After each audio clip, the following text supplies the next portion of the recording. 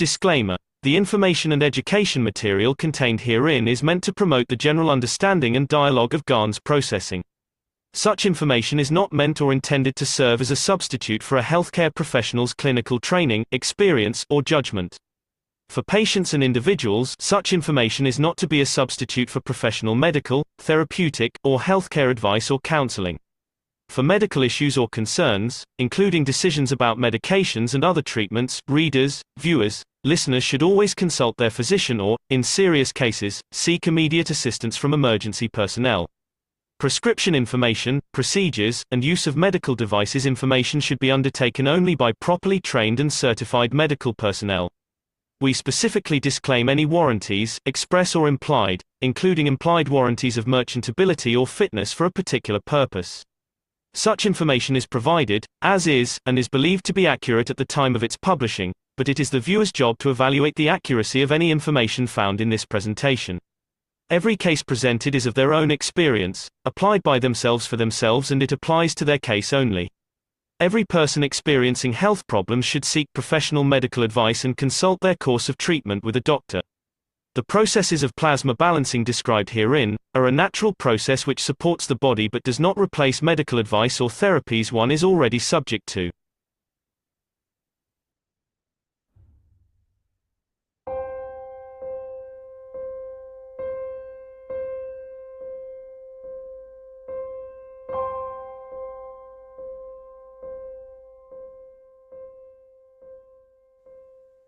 I hope I open your eyes to the dimension of life. Life as a holistic life of your soul, which is part of the structure of the universe, not life as part of the physicality, which is part of the structure of this planet. And then we understand what the next step be if we are not prejudiced, if we are not misguided, if we are not narrow-minded, just to keep to understand what is here, I leave the rest to my soul when I'm gone. Then you find out you have a lot to learn to get to that point. I hope, as usual, I open another door, a crack in the wall, that it brings down all the misguided understanding of the past, and you become to enlighten yourself. If you listen, which is beautiful every time I hear it, to the disclaimer of every teaching, embedded in it, in the word of it, in the ethos of it, it keeps on telling you, this is individual cases. It's your job to investigate independently, to peer review if what they did suits me, if it's correct to me. It's not just for your illness, it's for the illness of your mind, your understanding of your own world of creation. And then you understand, even each intro gives you what I call independently, you decide. Does this fit me? Do I understand it? Where I missed? And does it go according to my intelligence? This is why we never have a peer review, because in the word of the disclaimer, it's your job to investigate to your understanding, and it befits you.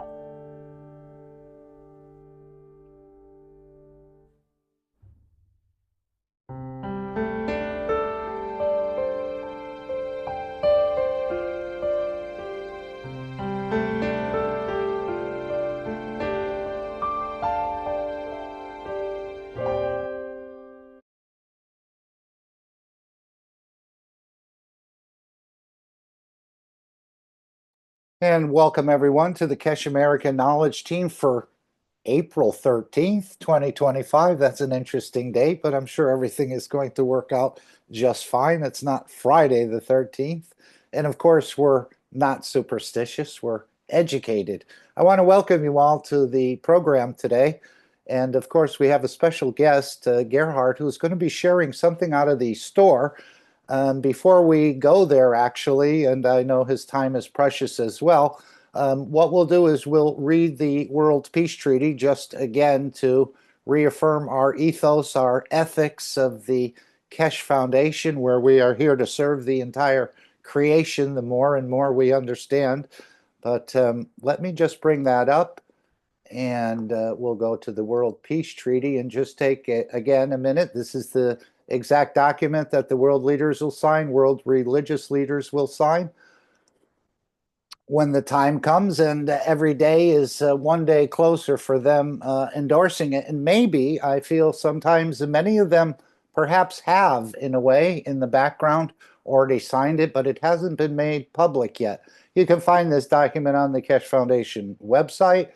You can find it on most of the search engines. Just put in Keshe World Peace Treaty. Would anyone like to read the World Peace Treaty? I know Erm sometimes does. She's not feeling 100% today, but I'll read it. The World Peace Treaty. We, as citizens of the earth from this moment on, accept to lay down all tools of aggression and war. We shall never think about getting involved or incite war, or develop or use any tools of war on this planet or in space.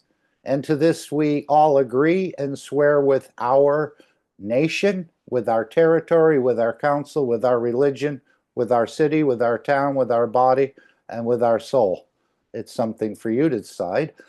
And simply put your name and sign it, the date, position on behalf of, again, our nation, our territory, our council, our religion, our city, our town, or as an individual. Have it witnessed, and of course, after displaying this treaty, be proud to display this certificate wherever you consider being important to you, that everyone can see and know your ethos to fellow men and the mankind and other created beauties of the Creator. And of course, we know the Creator shows himself in trillions of different faces across the universe, as well as on this planet. So again, I want to thank everyone for joining us. Of course, we're going to cover a bit of the 585th Knowledge Seekers Workshop. But while we have one of our colleagues here, Gerhard, I want to thank you, Gerhard. And I'd like to go to the Keshe Foundation store.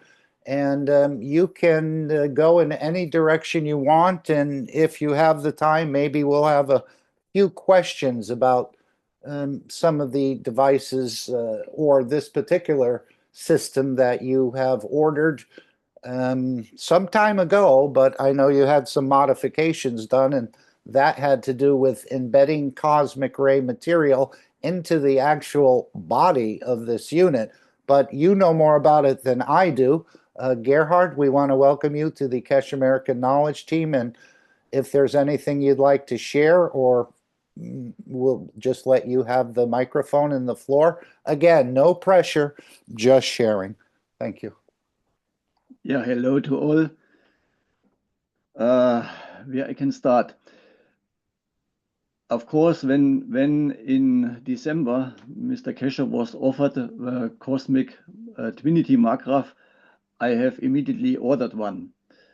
And a year ago, in April last year, I have ordered the cosmic ray material. And when in end of January, Mr. Keshe told twice in the KSV what we can use the cosmic ray material in the Trinity. And because I have ordered some of this, I told the foundation what I will have with. And 9 days ago, it means on Friday the 4th, I get this unit.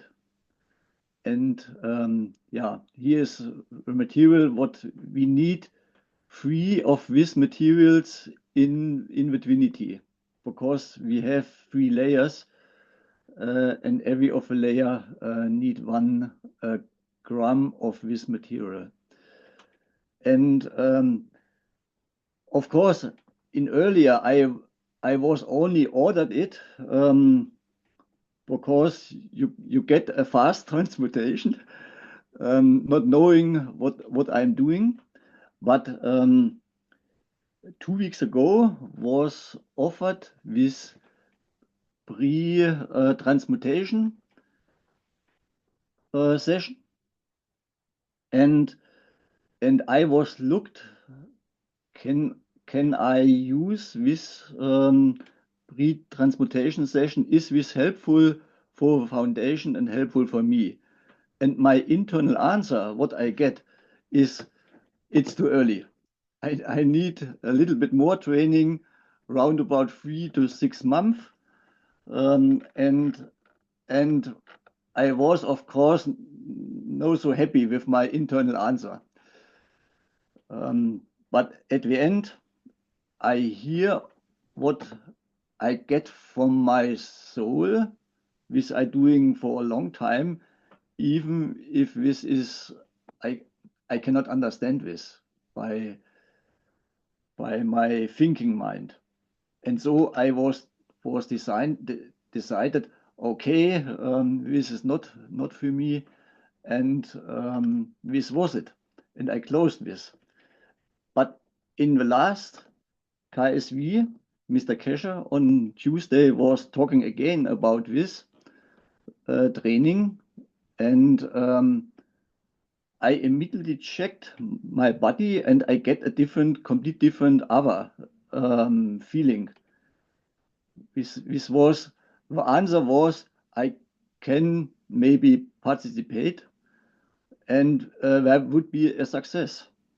And at first I haven't understood this answer, and so I was on Friday and yesterday I looked a little bit deeper what was going on. The only thing what I have changed in this week, this was I get on Friday the 4th the Trinity, also the Trinity with a special cosmic ray material built in. And so I was analyzing what was changed, and I have for this some parameters what I'm every time looking with these parameters I get from some books where was the talk about what is negative for us to achieve the creator. Some points like ego, like anger, like pride, deception, laziness, fear, doubt, attachment, self-pity, and of course lust. And so I wrote these parameters, and I was looking how was this parameters changed in the last week. And I was very fast seeing what most of the parameters have moved months, also weeks and months forward within this 1 week. And like an ego, I get the answer 3.5 months training I have resolved within a week. And the biggest was the lust, also the lust of love or lust of eating. This was 3.5 years. I was absolved in 1 week. And so I have looked for all of this, and when I have understood laziness, 4.5 months, or fear, this was 6 months. But doubt, this was 0 days. this is still present. This analyzed what I have done. Yeah, and then I have today written a small paper about this. And Can I read it for you, Gerhard? yeah, you can read it. Okay. Okay, so this is the paper, and I'm not sure if I fully understand it myself. Twinity Experience Report by Gerhard, an adventure between soul, body, and cosmic Cleansing, English version. On Friday, April 4th, it finally arrived. Our Twinity with cosmic ray material. 1 week has passed, and today feels like the right time to write my first report. Why only now?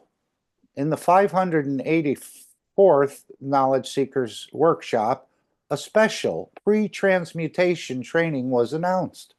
It sounded intriguing, but after a sincere look within, it became clearer I wasn't quite ready yet. My gut feeling said I'd need at least 3 to 6 months of development to meet the basic requirements. Then came the 585th Knowledge Seekers Workshop, and once again, the training was mentioned, but this time something had changed. A quick internal check showed participation possible, success likely. What changed in just 1 week? The answer? The Twinity.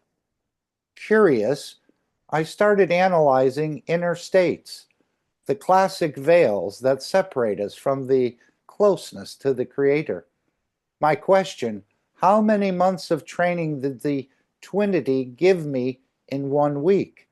Okay, so these are the results here.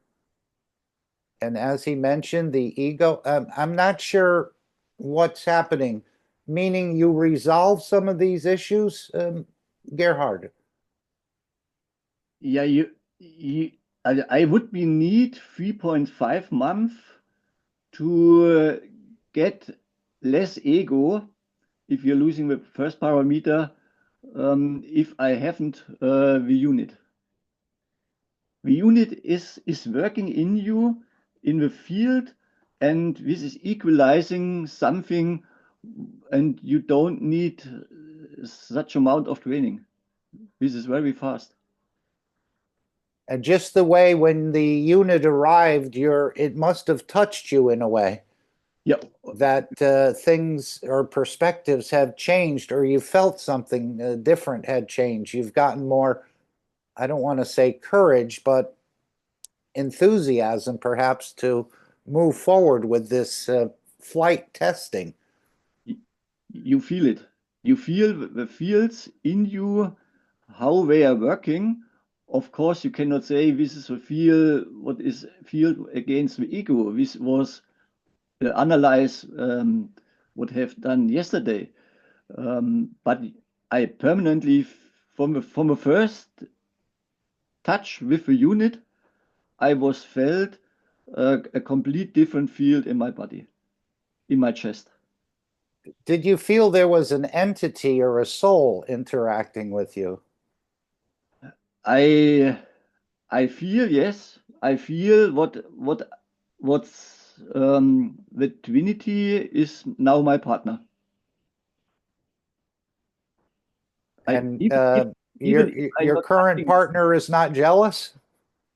No, even if I not touching this, when I sit and look a little bit deeper and concentrating, when this field in my body is going greater. There is a direct communication between me and the system, the Trinity. And of course, I need a little bit more to learn about this because I have it now only a week. Right. Right. No, I was thinking this material is quite exotic, this cosmic ray material. As Mr. Keshe said in one of the teachings, he said you could take 1 gram of this material and if used properly, can create an entire shielding for a nation. And he said it had been tested. So this cosmic ray material sounds like it can be used in a variety if you know how to play with it or use it. Very powerful. 1 gram providing a protection shield over an entire nation. And now this is used for part of traveling through the fields of the universe, as I understand it. My goal is to get a closer connection with the Creator. And and not knowing what I have ordered, I get a result. And this is what I want today to share. Beautiful. Beautiful. Does anyone like to ask a question? Again, he's just gotten it, and I know Mr. Keshe said you had to sort of work with it a bit, and maybe there'll be more explanations on techniques on how to use it. I know he said with the cosmic ray, we didn't teach you how to trigger it. Gail, I think we have a microphone. Yes, I wanted to ask, with the Twinity, you don't have to use any earphones. Is that correct? It's correct. Oh, wow, that's pretty good. So you'd use your hands to touch or nothing? Yeah, we have 4 pins. Okay. And when you, also I start with the pins what the I down. think there's 2 pins on the top, it looked like, and 2 pins on the bottom. Yeah, and I starting to use at first the 2 pins on the button, and immediately was come in me a huge field in the chest. With it's like we have a Friday meeting by Mr. Keshe. Sometimes when he is starting to use the units, then you have also this kind of feeling.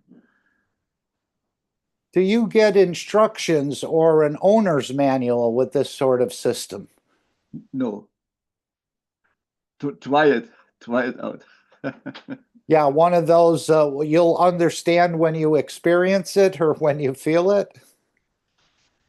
No, I feel the fields. This is something what is in me a long time, but and you, I can develop. I could develop it. I have some years experience with the field. At first, they was very slow, and only I could feel if I hold my hands together, and then in some years I can feel also the fields in my body from the head to the foot. Let me just read the caption here, if I could. It'll just take a minute or two, Gerhard. Yeah. Your cosmic ray Twinity Magrev is created to connect automatically with you, except your twin, powered by cosmic rays to be your mirror at all 3 levels, meaning the physicality, the soul, and the soul of physicality.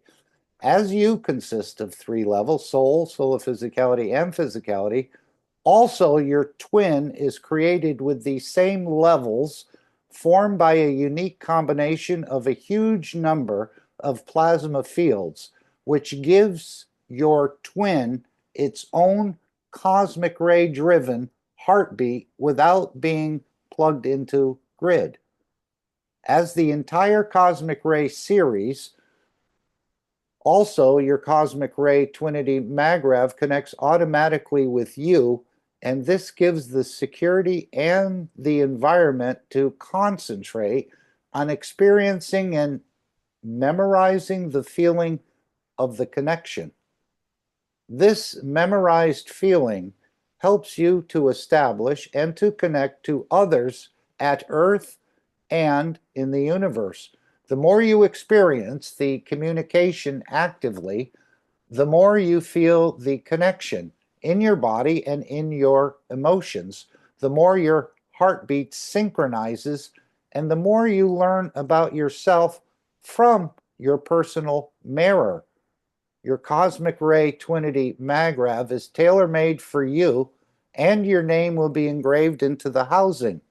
By this, there will be a connection from the time we start building your twin. Please tell us when you order which name should be on the Cosmic Ray Twinity Magrev. Now, the base unit, and I wasn't aware of this, Gerhard explained this just before the program started. This is the base unit. And when Mr. Keshe said you could add cosmic ray material, I thought he was talking about one ball. But Gerhard said, no, you need 3 balls in this of cosmic ray material, embedded somehow within this unit here, within its structure. One for the physicality, one for the soul of physicality, and one for the soul. So this is quite a powerful system. Of course, I haven't experienced it, but we're hearing from someone who just received it and just started to play with this new toy, if we could call it that, Gerhard. Yeah, also I can only, also when I was realized this yesterday and on Friday, when I was said to me, I need immediately to communicate this experience, because you can add this only in the production by in Austria. And if anybody has ordered it, then he can maybe think about this option. Gerhard, what did you notice about your dreams? Have they changed any in intensity? Not yet. There is, but I have it only a week. I need to say every early in the morning, it means between 2 and 5 o'clock, I wake up only so, and then I do 1.5 hour meditate, and now I'm using by this meditation the unit. Easier to get into the meditative state? Yes, but it's difficult to explain. Yeah, it's a time thing too. The more time you spend with it, the more you'll connect with it.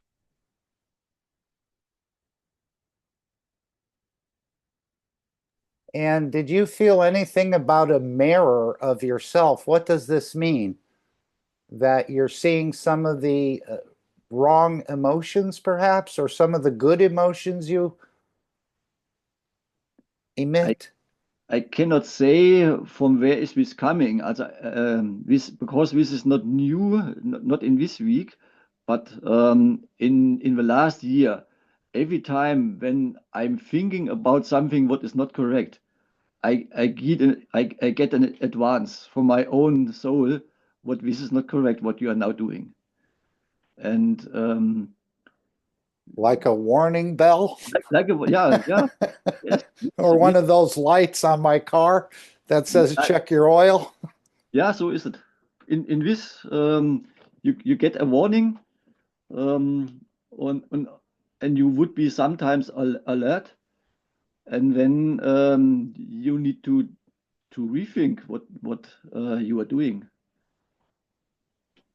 Yeah, Mr. Keshe did stress that we have a responsibility to correct things in a way, that we deliver this perfect cell or this perfect plasma into the universe.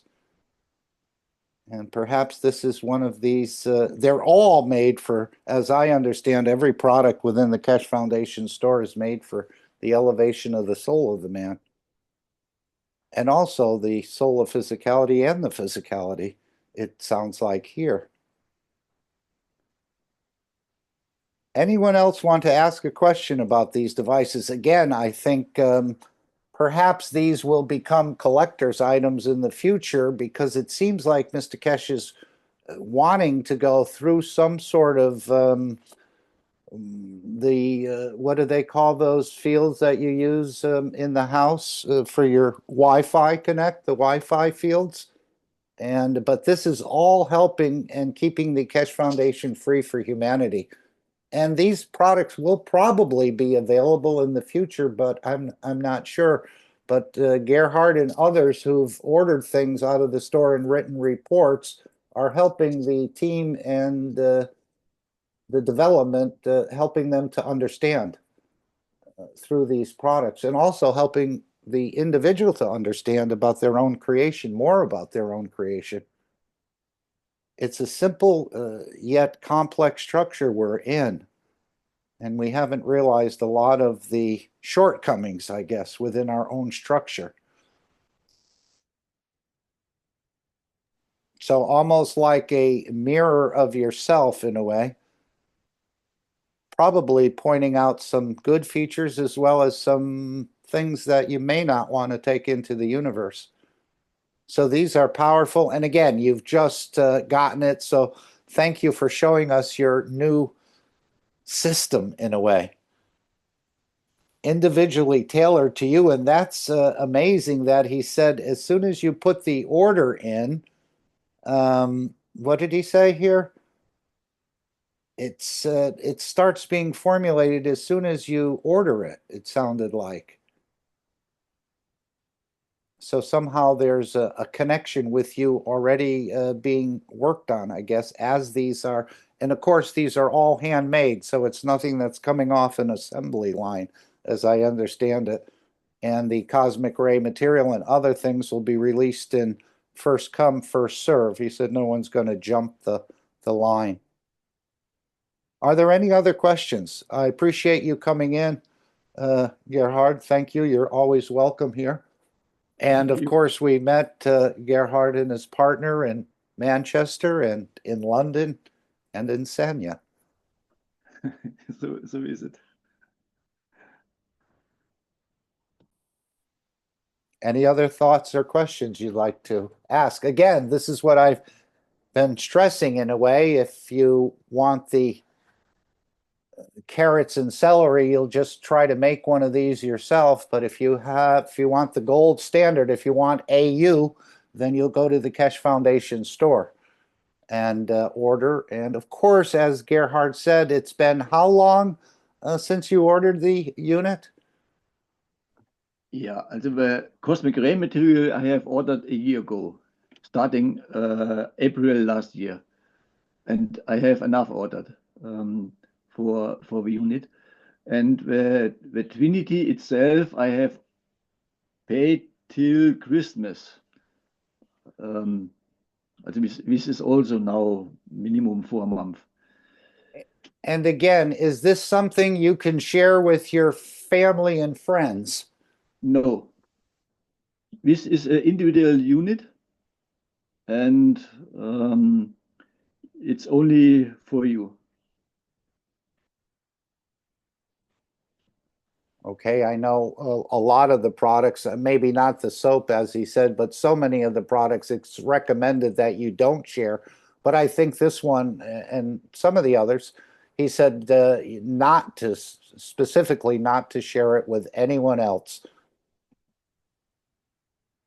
Because of the fields it gets used to in one body and in one brain structure, and then if someone else gets on there, and it wouldn't seem like it, and of course our ethos is to share, but I guess there brings in some other amino acids and some other energies that can create some sort of contamination, not of the unit but just in the fields itself, that the unit will then pick up and register. I know he said that about the pain pen and others, but it's recommended that you don't share. This one, he said explicitly, do not share it with anyone. Go ahead, please. Yes, I'm just checking it when you order the cosmic ray material to be put inside, and there's 3, like the product would have almost 3 of the balls. Does it mean that you have to pay what is it, 1,000 for each of the balls? I wasn't aware of that. Yep. Gerhard? Yeah, you need to buy 3 of this plus the Trinity. Okay. 3. So it becomes 5,000 plus our VATs. Plus the VAT, yeah. Correct. You're talking quite an expensive item. But again, as he said with the butterflies, these are priceless. And helping to correct some of the things within us, I guess, as we see our reflection. Okay. I want to thank you, Gerhard. Is there anyone else who'd like to share anything or ask a question, since we have someone here, one of the first that's come forward.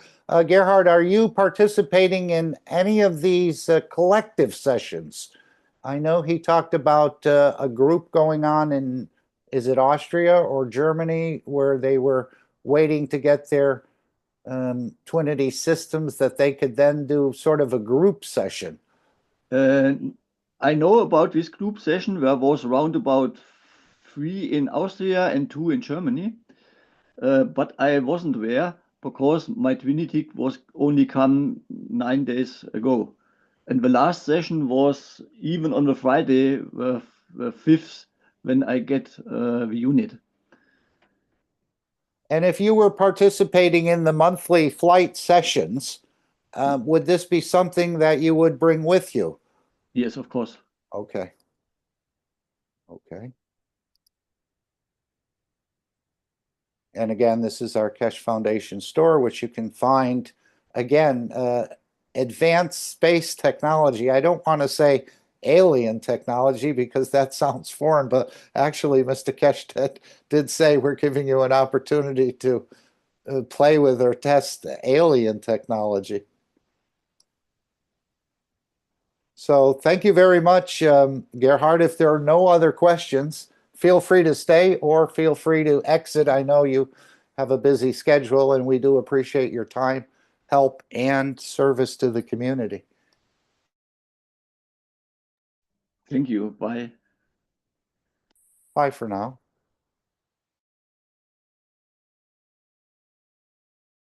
Well, that was a little different start to the program, but very exciting as these products come out more and more. I know we have at least one coming into the United States, and we'll hear more and more testimonies of what these systems, again, as Gerhard said, in a way you have to experience it to understand it. And isn't that what Mr. Keshe said about emotions? You cannot express an emotion if you've never, or talk about an emotion that you've never experienced. So best wishes, happy travel, and enjoy your flights.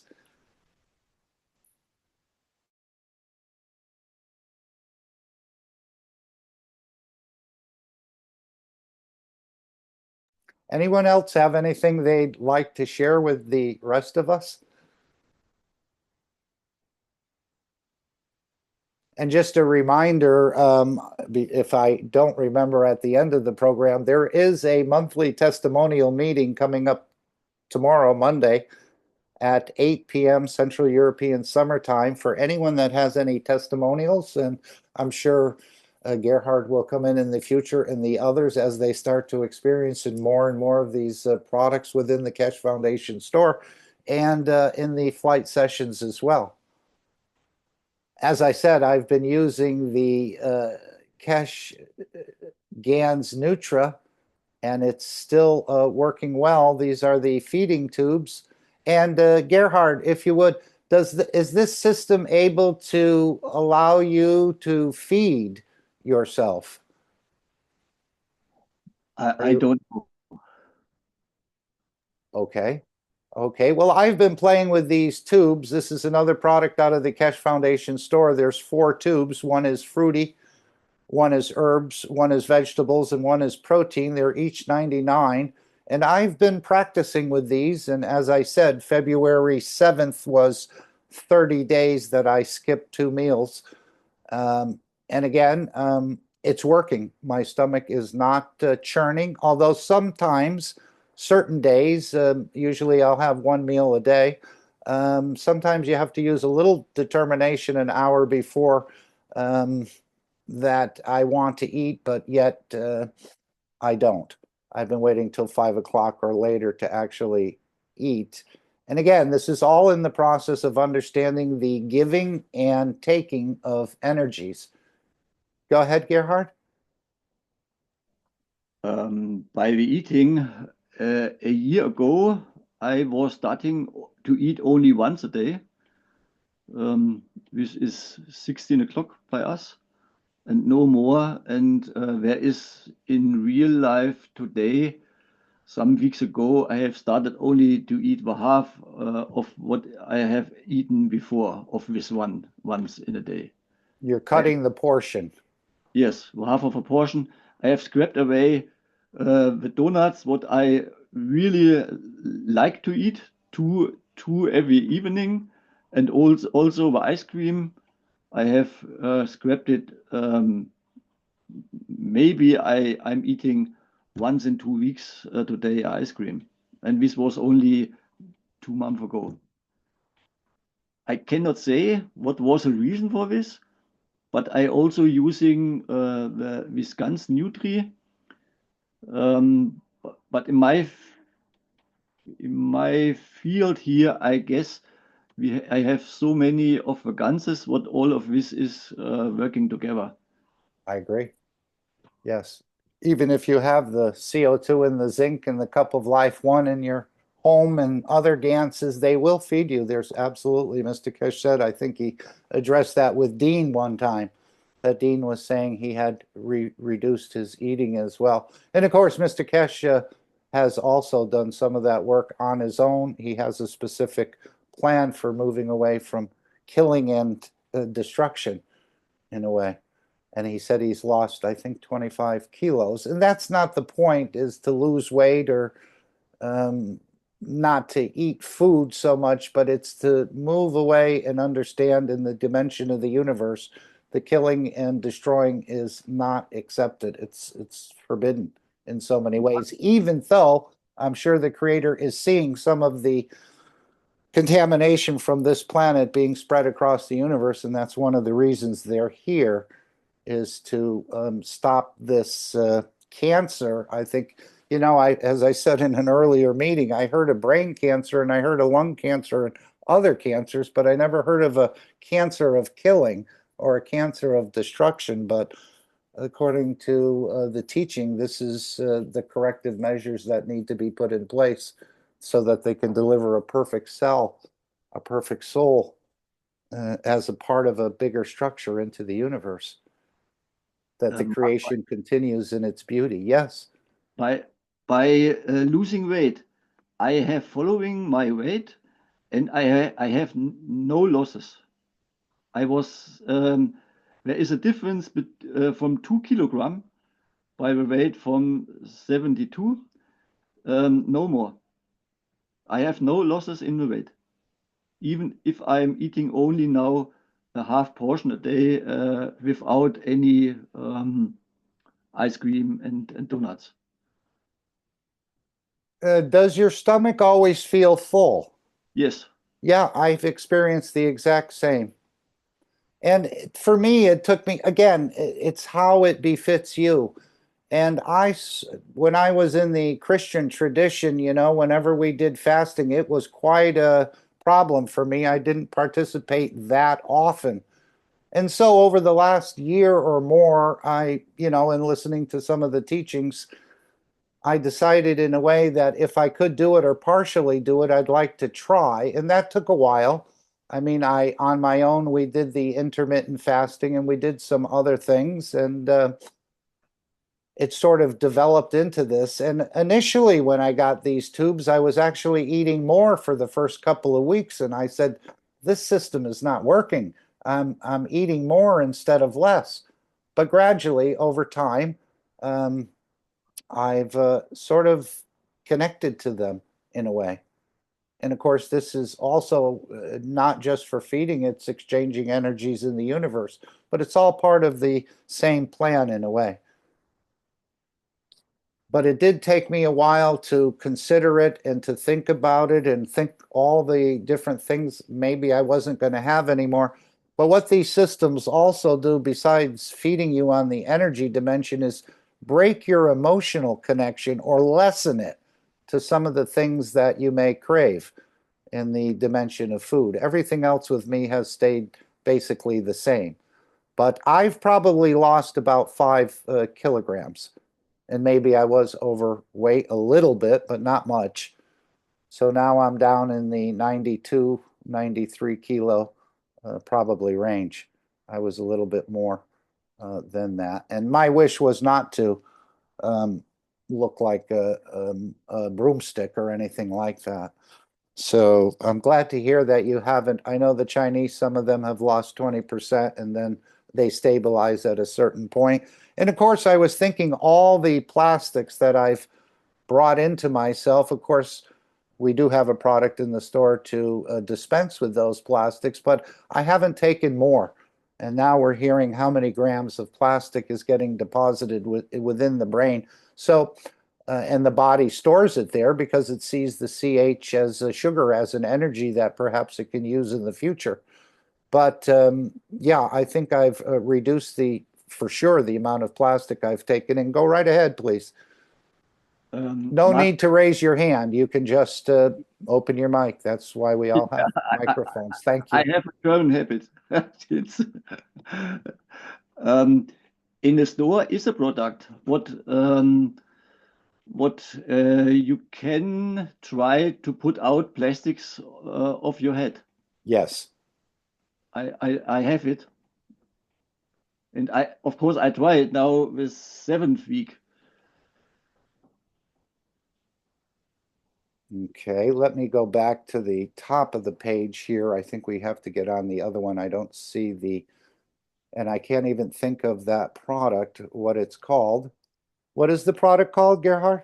Ooh, I need to look. Yeah, I know. I couldn't remember it, but it's it's not the interactive or the Negans. There's the Nutrigans.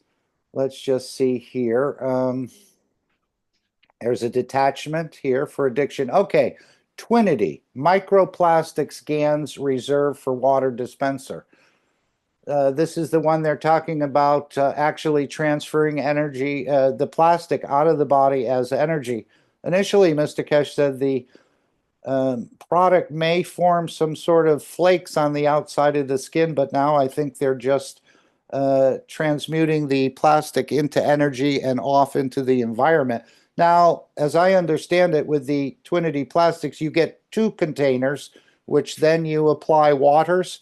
Is this how it works for the plastic? And this is becoming quite a large topic across the internet. Most people are not aware of the amount of plastics we're accumulating. And as we've seen in the supermarkets and even in our own refrigerators, how much plastic we come in contact with. I know Rick was saying every drop of seawater containing 200 million parts, 200 parts per million of plastic, something along that line. It's in the air we breathe.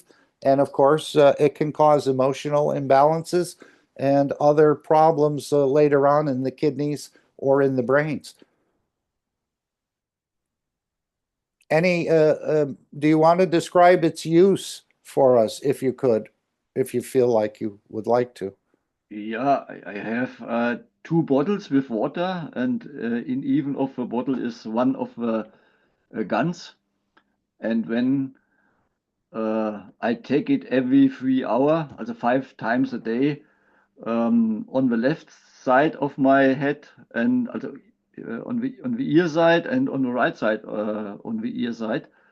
And till now, I feel nothing after 7 weeks, but I'm still experimenting.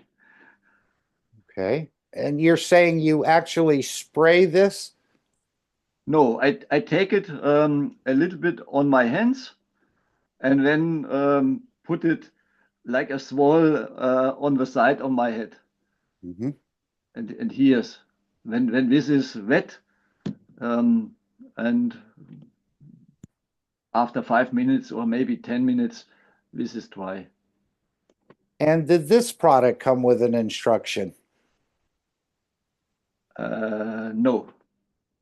I have asked Mm-hmm. Laos, Manufacturing?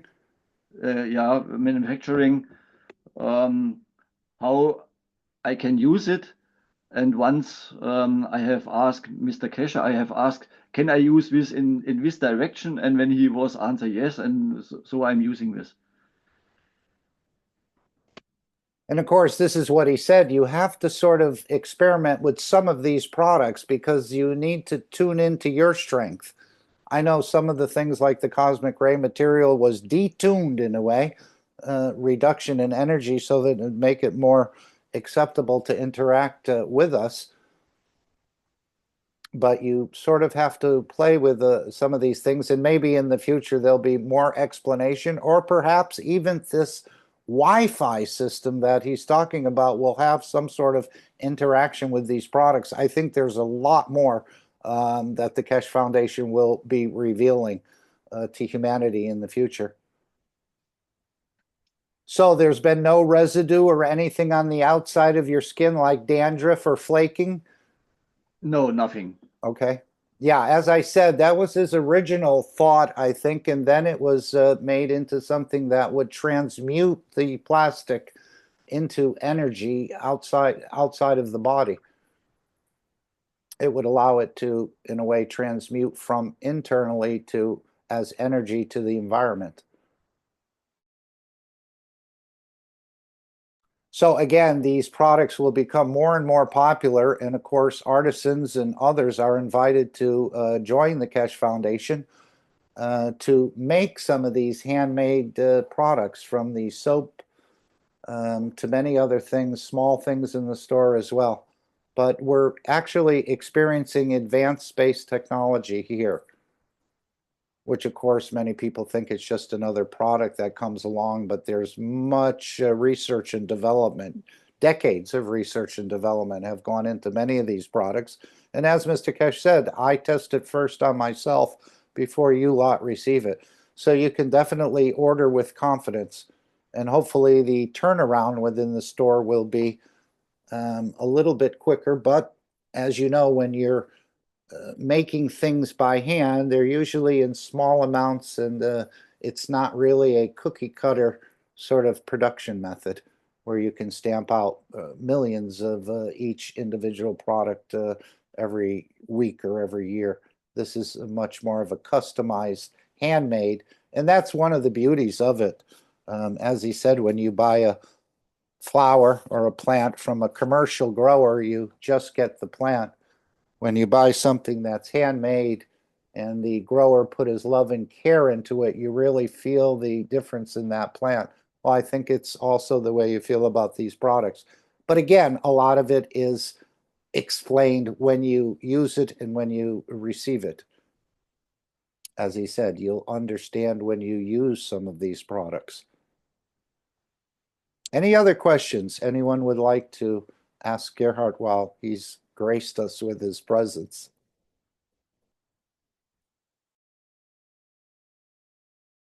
But it's just another way to keep the Keshe Foundation free for humanity by making donations, by ordering the products, by taking part in the transmutation sessions, or even the special transmutation session that's coming up for 5 individuals in the coming probably 14 days or so.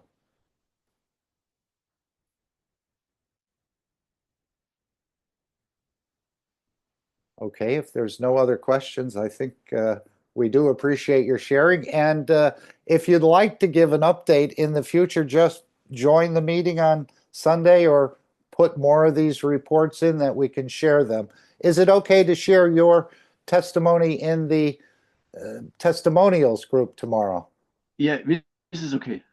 Okay, and of course you're invited to be there in person, but that may interfere with something you already have planned, which is fine. We all have to multitask and try and still be in and around the Keshe Foundation. It's the best place to be, and as Mr. Keshe said, we've reached the pinnacle of knowledge in a way, but that's just to build another ladder to get to the next step. So we're all participating in it. Whether you realize it or not. And that's one of the beauties Mr. Keshe indicated, that there'll be some testing coming up, collective testing on Thursdays. They're not going to announce it. This is the Knowledge Seekers Workshop he was referring to. He said in the teachings, where they will actually be testing. And one of the things he mentioned was feeding, that perhaps you wouldn't touch food for a week or so. And I know that happened to Gail, and that happened to me. It wasn't a week, but it was probably a day and a half when we spent some time dining with the Creator. And that is a beautiful expression. Well, how come you don't eat 3 meals a day? Well, 2 of the meals I'm dining with the Creator, just absorbing energies. This is the whole key to it. And these systems are designed to help you to achieve that and ingrain within you without you even being aware of it. And of course, as Gerhard works with these systems, I'm sure things will be ingrained in him. But again, this is advanced space technology, and it's beautiful that we have a chance. So we're in a very wonderful times are ahead for the entire humanity. And of course, we thank those who've developed these systems. And as he said, I think we've all been part of it, knowingly or unknowingly. Any other thoughts or questions before we carry on with the 585 Knowledge Seekers Workshop?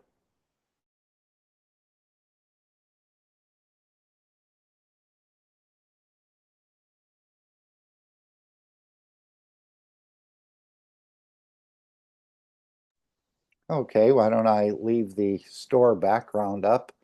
And again, the store will supposedly reach 20 or 30,000 products, so they'll be needing many artisans. Maybe some of the products in the store will be commercialized in a way, but I think he's going with in a way, a two-track sort of system where they'll have some of these handmade products, and it can extend to thousands of different artisans working in the Keshe Foundation store, in addition to some commercialized things that may be implanted in there as well. And then, of course, through the larger worldwide structures of somebody like Philips International or others, maybe Mitsubishi or maybe Huawei, something like that, where you'd have the larger commercialized sort of ventures.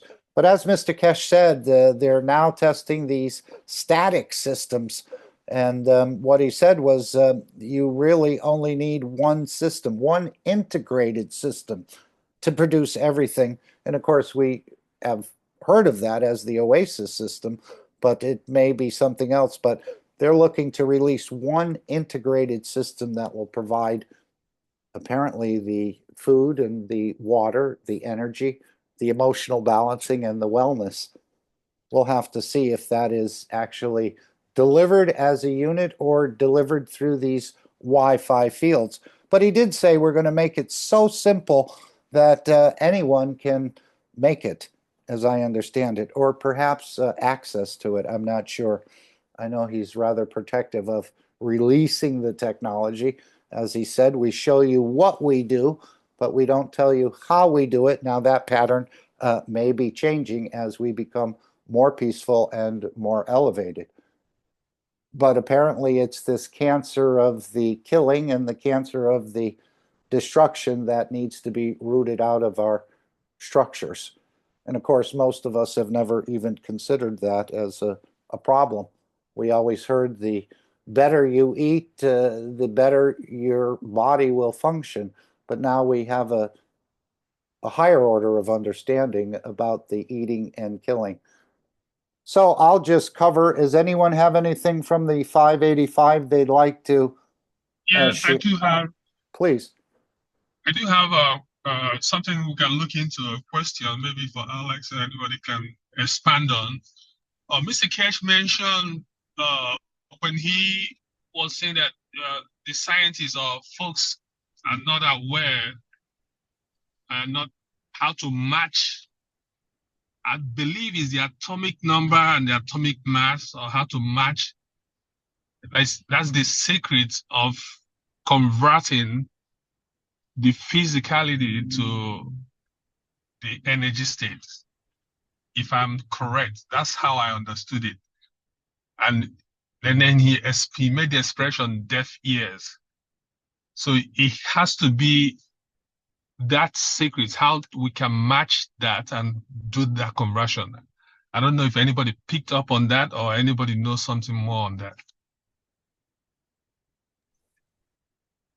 Yeah, you mean this was with the copper and the 60 hertz and the carbon being 12 or a multiple of 5 of the 60? Right. Well, yeah, I don't have a clear understanding exactly, but maybe someone else does, Ike.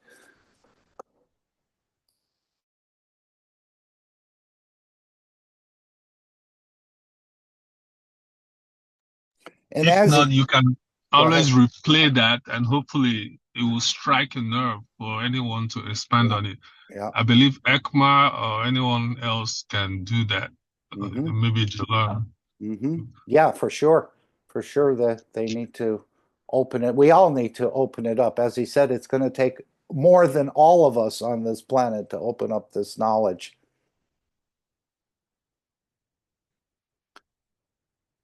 Anyone want to respond to Ike's question about these multiples and what he was talking about, the why he chose copper in the 60 hertz and how it's perfect and the copper is in the muscles and so on and so forth. And I know he said, Ike, that some of the technologies that they're using, even we have no clue about them. And even if he said, if he explained it to us, we wouldn't understand it. Of course, we know that with the MAGRAV and the rest. So, but yes, we need to continue to understand this technology in the matter state as well as in the plasma energy state. Good afternoon, Mark. Yes.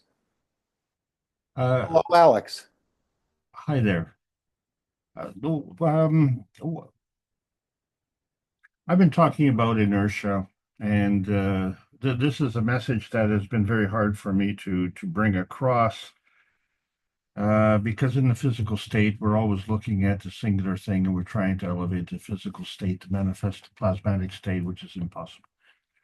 It's the physical state is only a feedback state.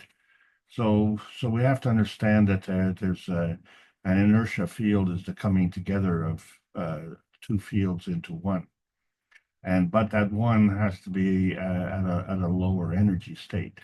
But that lower energy state may or may not be in a plasmatic condition. So there's no rule that says it has to be in a physical condition. It's just that the physical condition is the inertia field of the lowest energy state. Now, having said that, when we talk about these two fields, that is just a description of the activity. However, it's not restricted to two fields. So if you look at the amino acid structure in a star formation, so there you have four fields, and the four fields come together to create the one field. And then we have to understand that the amino acid can be in a plasmatic condition and likewise can be in a physical condition. So the coming together from the plasmatic to the physical condition involves another field, at least one other field. So it could be another amino acid field, but are those equal in strength? And so this is leading us to what's known as compounding. So an amino acid is based on the mass, and you could give it a mass. However, that doesn't necessarily follow, let's put it that way, because the mass is variable. And if you compound that mass, then you start to get the multiplier effect. And so the question of these two fields coming together, is it of the singular field, or is it of the compound field, or is it of the hybrid field where you have two different fields coming together? So both things are possible. So let me just restate that. The inertia field, which is the product, coming together of two different fields. The inertia field, which is the product, can come together from two different fields which are compounded. So that means they have an increase in field strength. So if you were to liken that to music and you say, well, I can play a note or I can play a chord and the sound is different. But likewise, I can also strike the note softly, or I can strike it very hard. And so that gives a different attribute to it. So I think we have to understand the basic, but then look forward to the practical application of that understanding and see how it applies, because without doing that, we can't justify the 8 billion individuals that we have on this planet, or the many elements that we have in the periodic table of elements, but understanding that we also have isotopes of those periodic table of elements. So, and those isotopes, of course, differ in mass. And then that would be just isotope relationship to the element. But then what happens if you compound them? And so this becomes a skill set that we have to understand. I hope that answers your question, Ike. Thanks very much for an excellent question. Anyone else? I'm going to step away for 30 seconds. Alex, can you carry on? I'll be right back. Gail has a mic open. I just wanted to ask, you said it was mass was variable. You mean different isotopes and elements will have their own mass that never changes? No, it does change. So the answer, direct answer to your question, obviously there's a different mass in carbon-12 and carbon-14. Yes. It's still carbon. Okay, However, I get. However, it can be carbon-16. So, what is the determination between carbon-14 and carbon-16? And obviously, it's at a different energy state. Likewise, it also has a different size within its neutron. So the neutron has actually changed its field strength. And one of the attributes that we have to the periodic table of elements is that we equate the number of protons to the number of neutrons. And when we look at the hydrogen, and we see that the hydrogen on the periodic table of element has a mass number of 1, but it doesn't have a neutron. So therefore, the mass number is based on the proton. And we also have a relationship of electron to proton. So that we're giving it a 1-to-1 credibility. But when we introduce the neutron, which begins with the second periodic table of elements, and so on and so forth, it increases density. And we just assume that there's a 1-to-1 relationship of proton to neutrons. And we did this by allocating a prescribed mass to that of the neutron. But if you look at the ratio of the mass of the proton to the neutron, it is not consistent along the whole periodic table of elements. Alex? Yes, sir. So if you look at the copper, he said copper is 60. And out of copper, he can be able to get carbon, which he said was 6. I suppose carbon is supposed to be 6 or 12. Well, you see, the thing is, we are calling these elements by certain names.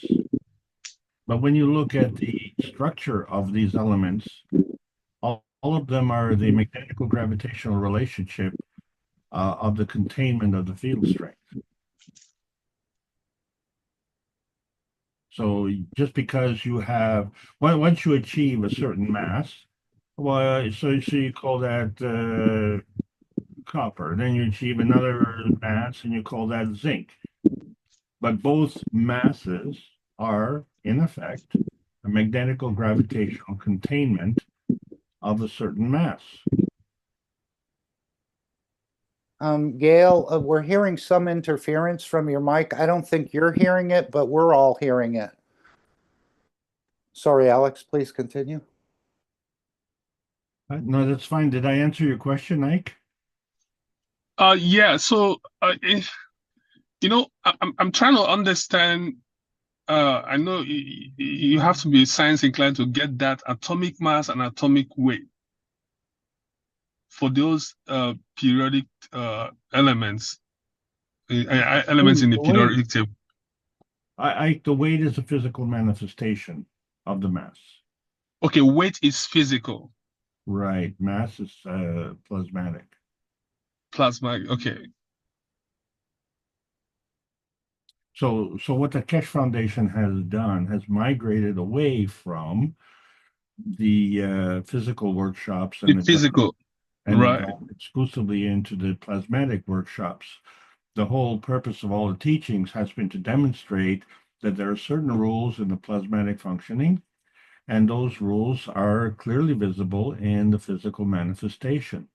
So if we understand the rules properly in the physical manifestation, which we can see and touch, and we can mix things together like in alloys and chemicals and chicken dinner, a soup.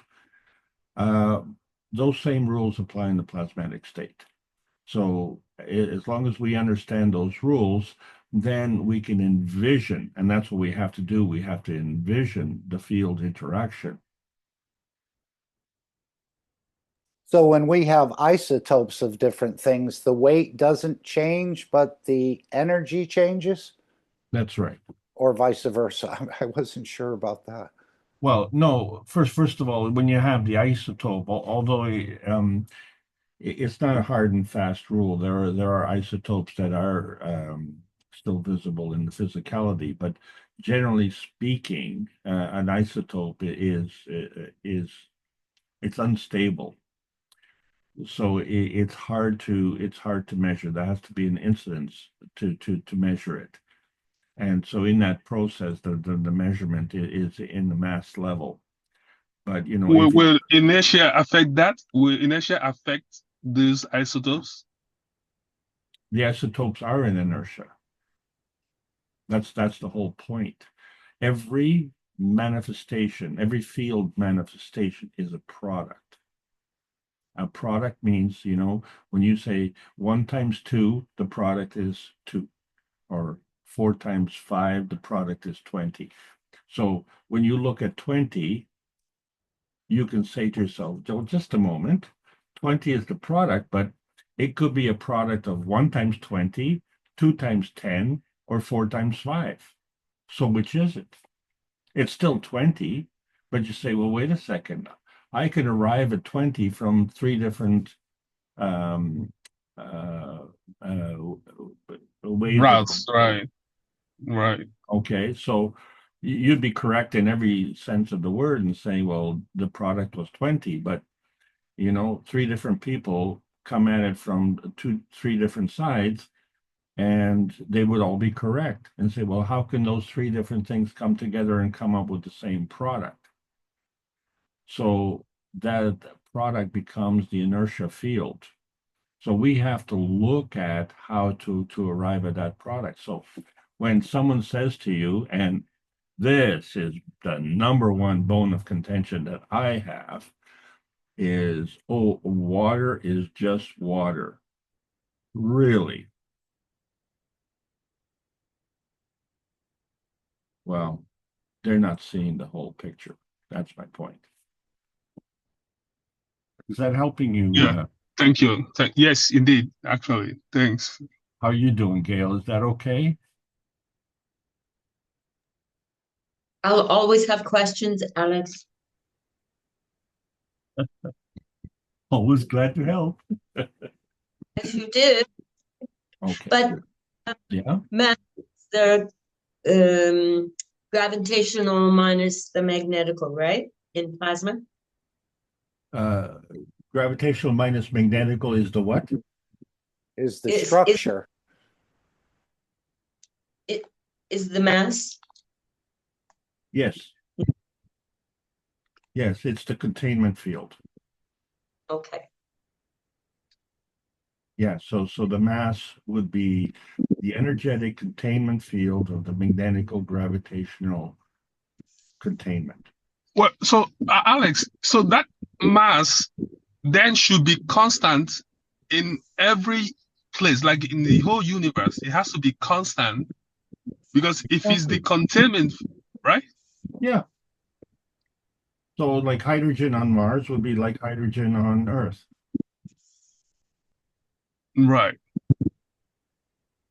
And we have a capability of getting spectroscopy of its fingerprint. But that fingerprint, my hydrogen is a gas, it's non-visible, and so that fingerprint is actually a product. And it's a product because it's visible light. The visible light is in the physical form. So all the physical forms are an inertia field product.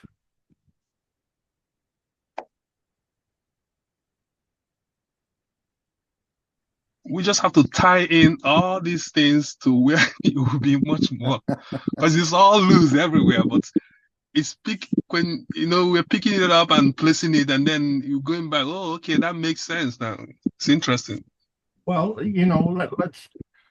we have to touch on also practical applications to it. Okay, so let's get away from the scientific aspect of it and look at your family relationship. Okay, so if you want peace and harmony in the family, which is a non-tangible thing, isn't it? You can't grab it and put it in a bag. It's a non-tangible thing. But is the peace and harmony the product of the, shall we say, the husband and wife relationship? Or does it also take into account the offspring to parents relationship? And can you exclude one from the other? Is it possible for the parent to be happy and peaceful when the children are not?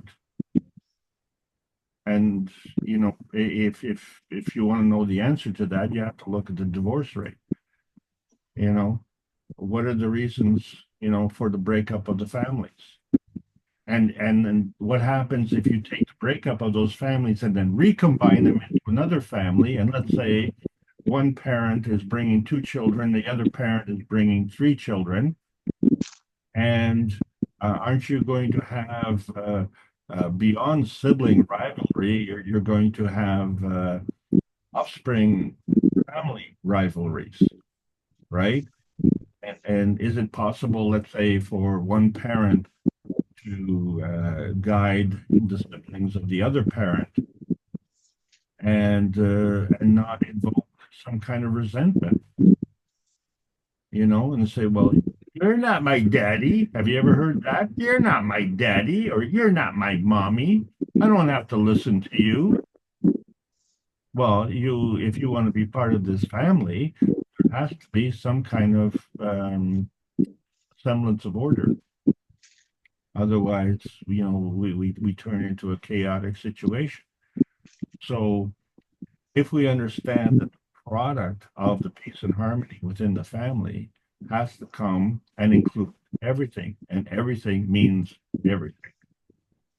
So we are not skillful enough, and we could see that, but then there are other factors. So just to introduce 2 other factors, financial and career-wise, just for instance. Okay, so this is what the Keshe Foundation is trying to do. In order to bring peace and harmony to the planet, we have to satiate the emotional discord. And so when you have a discord, that means you have 2 fields involved, right? So therefore, the emotional satiation is a product of ratifying the discord. And in some places, that's done through warmongering, and in other places, it's done through diplomatic relations. I hope that helps, guys. Thanks very much for your questions. Mark, I've got to retreat into the background. Sure. Thank you. Thank you, Alex. Thank you, Alex. Okay, let's go back. I made a short synopsis in a way of the workshop of the 585. And of course, this is just what I picked up, and Mr. Keshe goes through so many more things. But again, we're all here to unravel the secrets of creation, of our own understanding, the way you understand it. And I think this is very critical. And your creation as well, the truth about our life, that's been, in a way, systematically hidden from us. So the cycle of life, he was indicating, does not change when man leaves the physical body. Our life is part of the working of the universe. It's in a way connected to a chain of events. And of course, we'll be creating other lives. That's one of the reasons he wants a perfect cell going out there, or a perfect soul. And of course, the biggest mystery, as I said, has been hidden from us. What is the purpose of our life? And the universe creates billions of stars and galaxies and in the unicos, and many lives are created just the way we see it here, and of course just the way we see it within our own structure of the trillions of cells. So Earth has millions of lives, or trillions of different lives, and it doesn't stop here. Another cycle starts in the world of creation after we leave. So our soul is part of this process, and apparently it has some shortcomings in it, and this is why the universal messengers and others are here to deal with this, that it doesn't, in a way, go out into the universe. And of course, we can allow the soul to take different shapes, as we heard in the workshop. We're part of the same process. And of course, if the cell gets it wrong in our own body, this is the start of a cancer or a seed. And this is what he's saying. We don't want to take that out into the universe to contaminate the universe. And we're all part of this same process. If one cell gets it wrong, it can bring the demise of the whole structure. And he called this the cancer of the universe. And we carry on with the soul of the man into the next cycle. But this shortcoming, or this bad seed, has to be uprooted, as I understand it. And feel free to add your understanding as well. The purpose of the teaching of the technology allows us to change that condition. That's why they're here at this particular time, I think, because the technology on this planet, whether we developed or it had been partially gifted to us, is going to allow this correction, in a way, to take place. And yes, it's allowing that. So trying to make a peaceful man out of the man through this mobile system that they have, that gives us that opportunity. He said it gives us that opportunity. I believe it's all of us, but he's also referring to the reason they're here, or the mission. So we need to reach the soul of the man, and this is the way they reach us. And of course, this happens in the monthly sessions as well, to make that peaceful man. And we're changing the structure of the man, and we set this up without you, in a way, even knowing about it. We know about it as the knowledge seekers, in a way, but most of humanity is not even aware of it. But the change will come, in a way, without you even knowing it. As he said, he's going to introduce this into a Wi-Fi, if you can get a channel on a satellite. And this will, even if you don't have a cell phone, if the Wi-Fi, as I understand it, is in the area, as he referred to the woman in the Sahara that couldn't afford a cell phone, she'll still receive through these lines, or through this energy that's emitted by the Wi-Fi, apparently from the satellites, and I don't understand it at all. He talked about there's no patents within the Keshe Foundation, because all of this knowledge belongs to the creator. So all of these patents are open for everyone. And of course, they're going to set up a financial structure through the stock market. As he said, they're going to be involved in the financial aspect, the political aspect, and of course, the technology as well.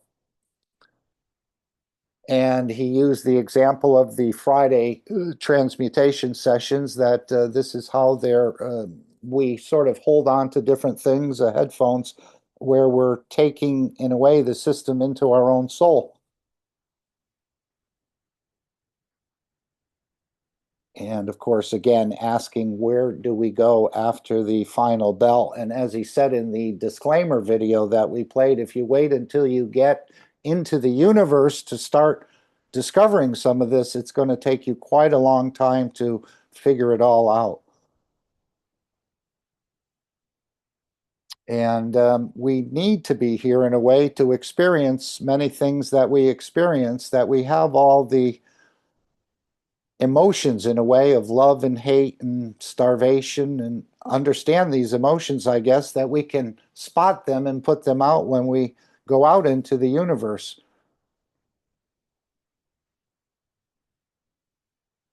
And you answer a lot of these questions for yourself. You decide, and this is what he's trying to get everyone to be, that last man standing in a way. And he talked about heaven or hell, and you choose to be in balance and live in the dimension of peace, or having that hell, which is the killing and the destruction. And this is the purpose of the soul. It's going to be, in a way, embedded within the neural system of the creation through the emotion of the man. And this is why they want a perfect entity, in a way, going out, that the contamination that's already out there be put out, but also any future contamination will be. As they usually say, you need to find the source, and apparently they found the source. And what else did we have here?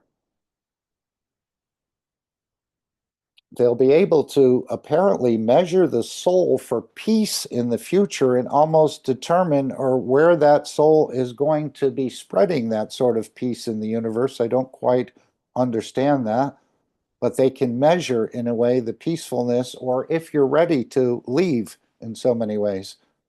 We know when the soul has gathered what it needs, it does leave, but if it's still carrying that seed of killing and destruction, then this is a bad thing. And to be part of the emotion of peace in the universe. And the Creator does not want killing to be part of his own creation. So they're taking action before the spread of the disease.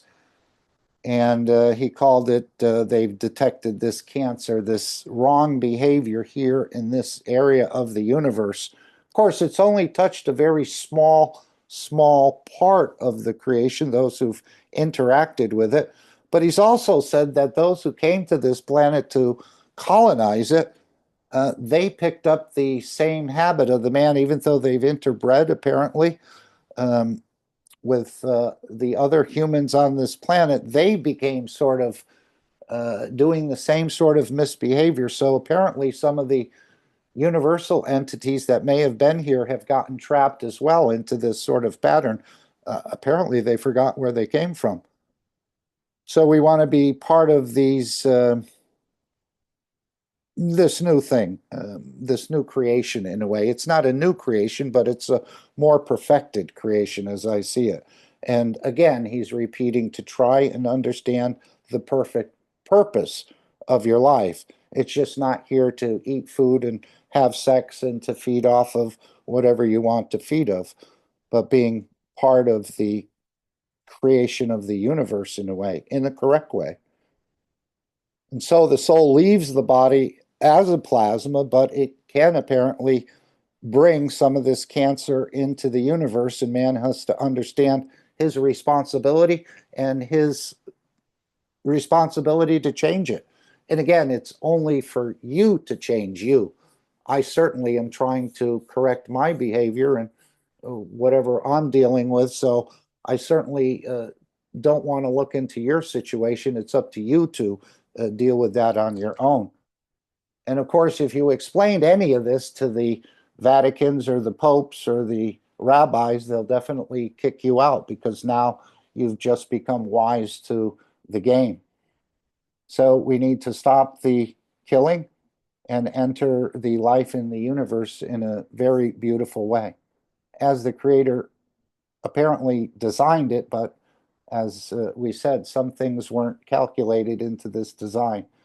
He used the example of how they use chemo in cancer cases in the body of the man, And now they're trying to do the same way and try and balance mankind rather than destroy it or throw it out. I know Mr. Keshe has lobbied in a way for humanity. He said it would be much easier just to destroy the whole thing, but they're taking the patience to bring the man along. And of course, we have an important role.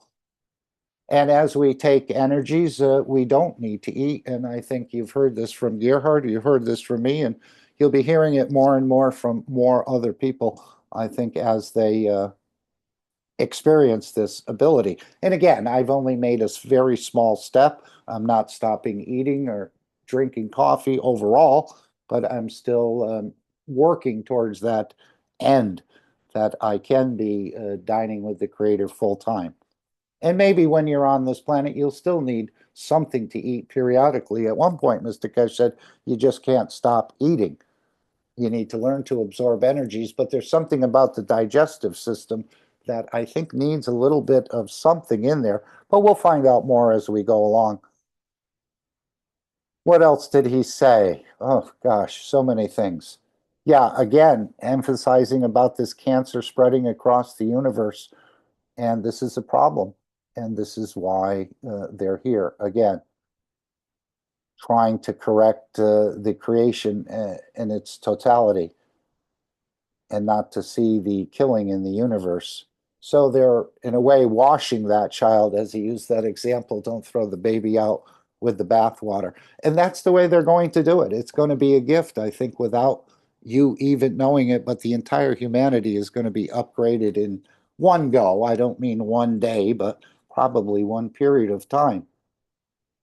And we need to, of course, learn how to give life to another life rather than killing it.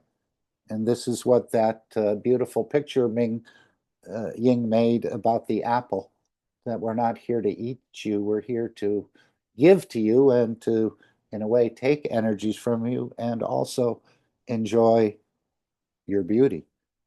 And this is what we'll experience when we go out into the universe. So now we, in a way, understand more about the perfect purpose of life. It's not slavery, but a love and caring life goes on in the universe as the universe can continue as a beautiful creation. So we're here to deliver that perfect soul, Mr. Keshe indicated, perfect connection to the universe. Teach love as heaven or teach hell as killing. So we definitely want to move into that love as giving. And he said they brought this through the Persian blood. He said this was one of the things that, in a way, developed in Persia, something for humanity to understand. And he, of course, references himself as this knowledge being delivered by a Persian boy. So to be correct and to serve the rest of creation for a perfect universe, man does not become, that we don't become the cause of disease in the universe. And then, of course, he mentioned the fungus on the salt. And we've heard that story in the holy books. If the salt has lost its saltiness, what's good is it? So he said, have you ever seen fungus on salt rotting? This is the story of the soul of the man. And again, it's being delivered by a son of Iran. And they're here to develop the soul. If you explain this, as I said earlier, to the Vatican, the Buddhas, the mullahs, the rabbis, you're banished because you've become wise to the game that's being played. And of course, he's often mentioned the idea of cashing out your pocket with these groups and your soul. So hopefully this teaching of the 585, which is your responsibility to explore and understand, brings us, again, one step closer to understanding your creation. Then, of course, he mentioned about the suicide being forbidden. You're not even allowed to kill yourself. He said this is a heinous crime, and that's why we forbid suicide, because that entity will go out into the universe with a very, very strong energy, or a high energy, he said, and this is creates a bigger problem in the universe. So that was my brief summary of the 585th. perhaps we'll go to the announcements in a way, even though he only had a small announcement about people participating in the transmutation test. We did, this is the background from one of the earlier teachings of Mr. Keshe, and if you go on the Keshe Foundation website, you can see these are the ones right here on the Spaceship Institute, the original teachings. I think Rick played the second or third one in this workshop. And that's where you can find the set of 4 of them. But let's go, if we can, to the announcements. And they're not, as I said, it's not really an announcement. It's more of an explanation of a little bit of the workshop, of the teaching from 15 years ago. And so Mr. Keshe will explain more and a little bit more about the gift that was received by a knowledge seeker that made a donation for someone else to participate in the session of the 5 people, and apparently now there's 6 because that person has been included. So let's make sure we're sharing this. Anyone have anything they'd like to say before we play this? Or share? Okay, let's go right to it. We'll hear from that little excerpt of that teaching from 15 years ago, and then he'll explain. So, this is what it is. This is creating energy, creating motion, producing materials through the new understanding of fundamental matters, which are the matter, antimatter, and dark matter, without burning fuel, without causing and creating waste and nuclear waste, and the rest of it, what we've seen. We have gone so far by burning matters that even the planet Earth creating limitation for what we can do any further. With this technology, hydrogen plasma, unlimited, no waste, no any damage to the environment. So that's what we call plasma dilution technology in conjunction with magnetic gravitational positioning for motion and for creating energies at all sorts of levels. At the same time, this is very simple. We can read in the book. We have shown very simply how it's done. We have explained very simple. If you do have such a control, this is what I just explained. Internally, a barrier, and external. So you have 2 core reactors, outside and inside on planet Earth. So you achieve very simple results with a very simple actions. So we will speak about the power systems and what people call unidentified flying objects. Through this technology, nothing is identified, everything is known. Okay, that was our excerpt from Keshe Fusion, part 4 of the 5-part series of the first workshops that Mr. Keshe did. All right. Interesting, huh? Yeah. This still holds 20 years later, more or less. 15 years later. As man has not managed, we managed to hold accordingly 30 seconds more than the other ones, and the Chinese now stay done, and the French is they're done better. But at the end of it, they cannot hold it. Doesn't matter what they do. Unless you open the plasma and allow the energy outside it comes in. You got to understand the problem with the new plasma technology, what we call the fusion technology. At the end of it, they are not using the energy of the plasma. They have not matured to understand this.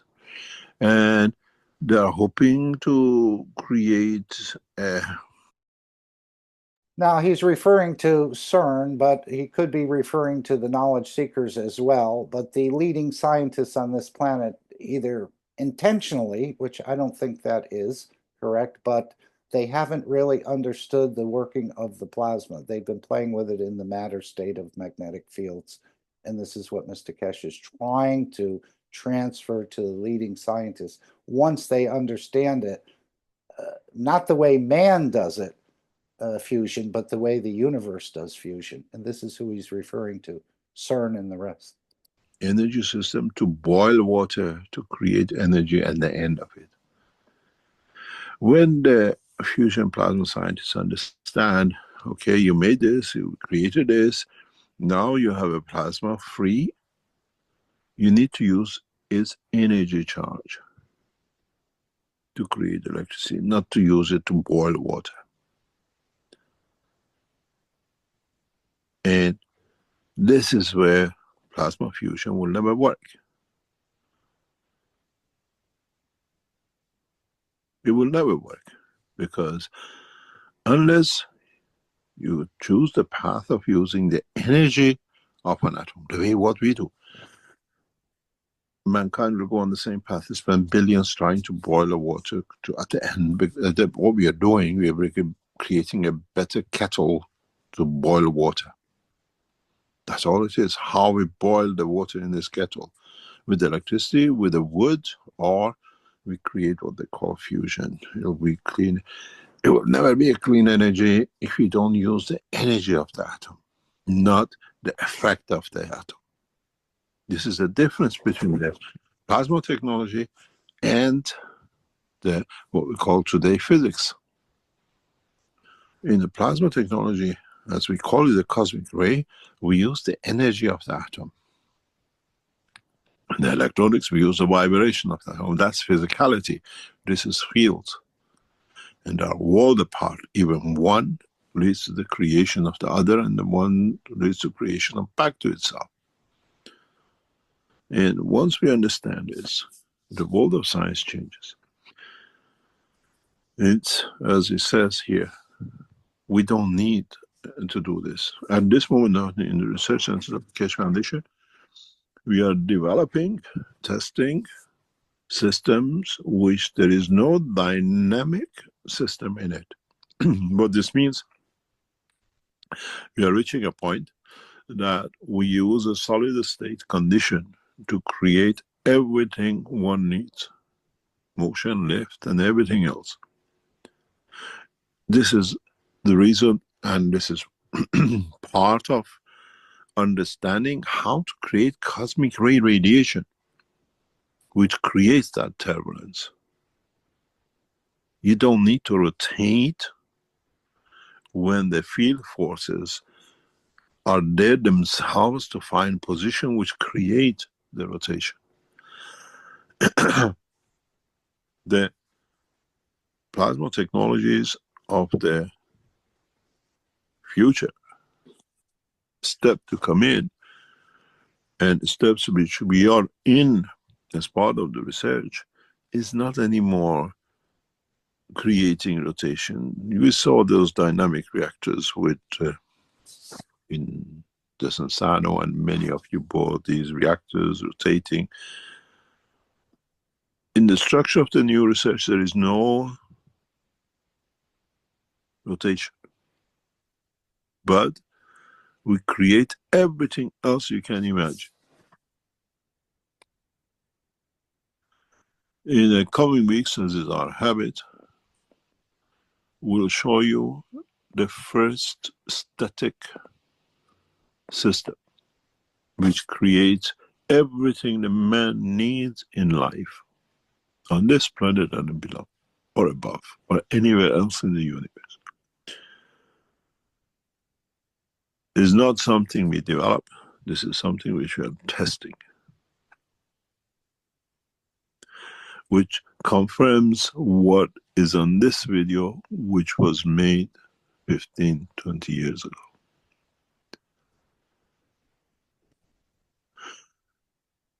The impact of the Keshe Foundation technology in the world will be unraveled in the coming days and weeks.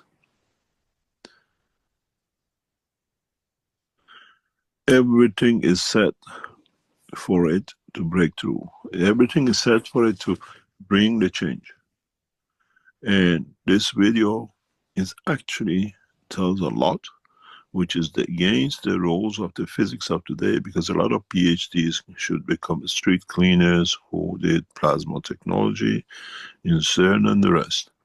Very soon the scientists in CERN and these research laboratories, once the technology of Keshe Foundation comes, the only job most probably they get will be waiters and street cleaners in their countries.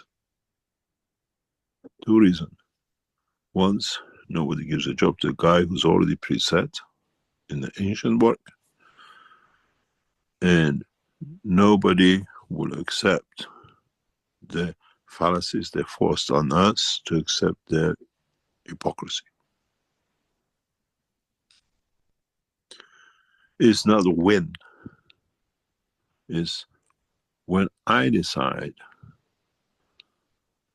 I want to learn, when I decide I'm prepared to understand more, is when the change will come for individuals and everybody else in the scientific world. Every day we are reaching that point that one integrated system that can produce everything man needs is already on the table.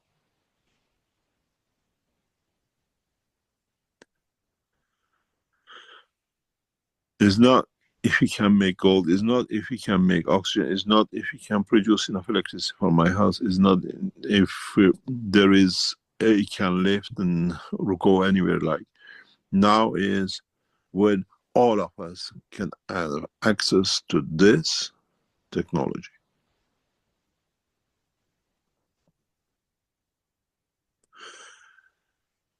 It will be made so simple that a man in the backwaters of Africa and South America will be able to make it. The knowledge. So, Ike, I think that day is coming where we'll be able to make some of these things. He said they're going to make it so simple that anyone can make it, whether you're in the jungles of Brazil or Africa or in the backwaters of the United States or in the cities of the United States. So the things that have been hidden are going to be opened up. How soon that will take place, I don't know. But we know the location where you can acquire some of these static systems that, as he said, are already on the table to meet everything, every need of the man on this planet or across the universe. So these will probably be miniaturized in the future. Seems to be the progression of most technologies, not all, but many, as we've seen the UBISOs shrink down to a very small item, as well as the gas unit that was demonstrated in Sanya to the Chinese officials, government, diplomats, military people, and the rest. That a briefcase size will be made into a miniaturized AA battery, something along that line, and even smaller as we continue. This time will not be hidden. The knowledge this time will be so much in open that brings the change in the behavior of the humanity.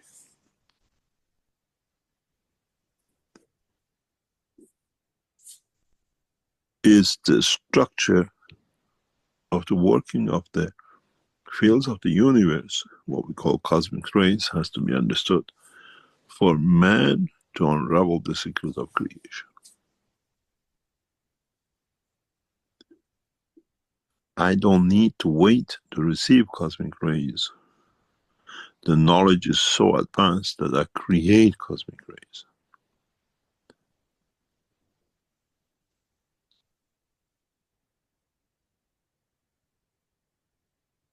The system is not to create a high voltage and get something to hit on it and make X-rays or create a nuclear fusion or whatever to create an atomic bomb or nuclear bomb. That point of hypocrisy of the man is gone.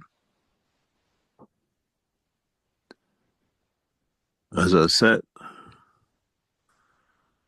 people are negotiating for a nuclear bomb, which is already obsolete. What are you negotiating for?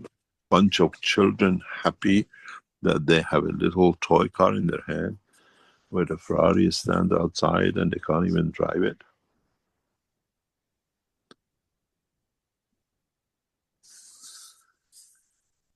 In the coming days, we'll change the course of humanity in respect to destruction of each other and nuclear weapons.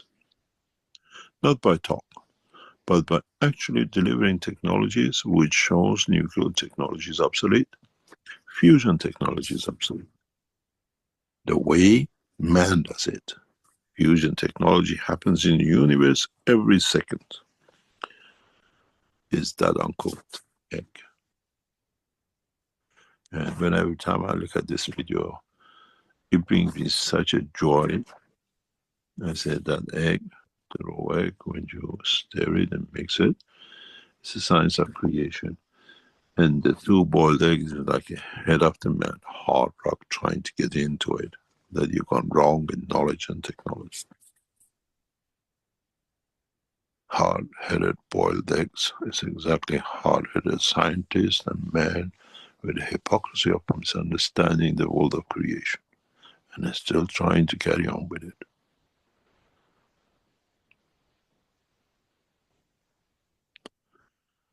Wonderful times are ahead.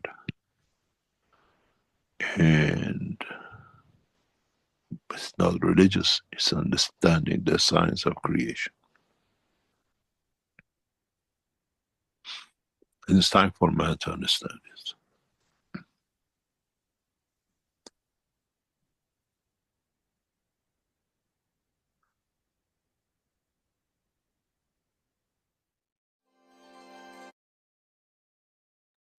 Okay, so static systems, knowledge not being hidden anymore, the scientists waking up on this planet more and more every day. I think we're getting closer to the full understanding in a way of what needs to be accomplished here to get to the next step of progression, which is probably, again, our universal friends or the universal community and interacting in a very big way.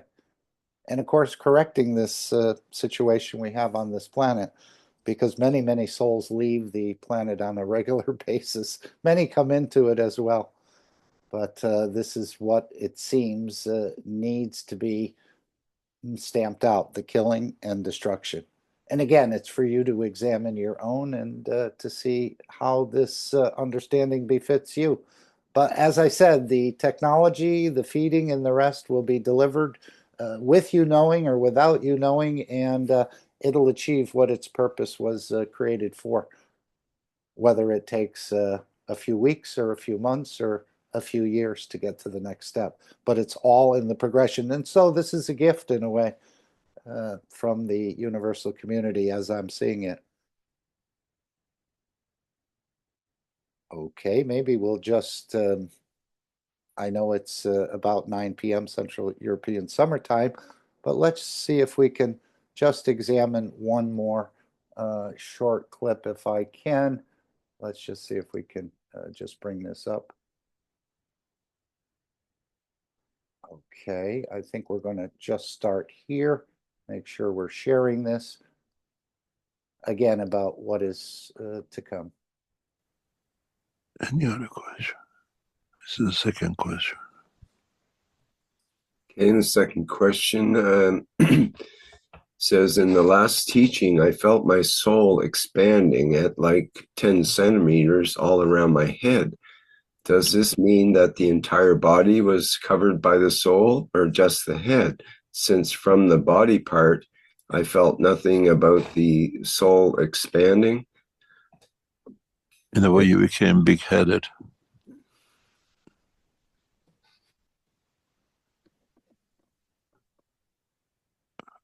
It all depends how you do, how you feel. He'd say, thank you for the experience. It was new and beautiful. You're welcome. In the teachings, in the future teachings, but we will not announce it where and when, the Thursday's teachings, as we become large structural international organization will carry in a background energy fields will change the course of humanity, and a lot of you will feel different in the sessions.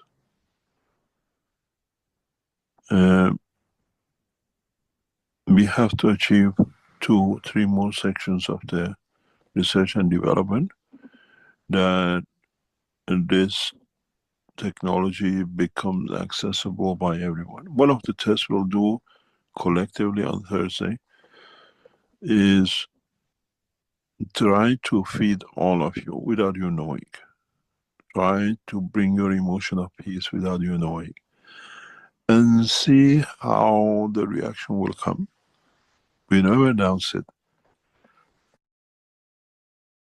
So again, he's talking about Thursday teachings, this is where they're going to be testing a couple more steps in this system of feeding. And he goes on to say, I think that you may not touch food for a complete week.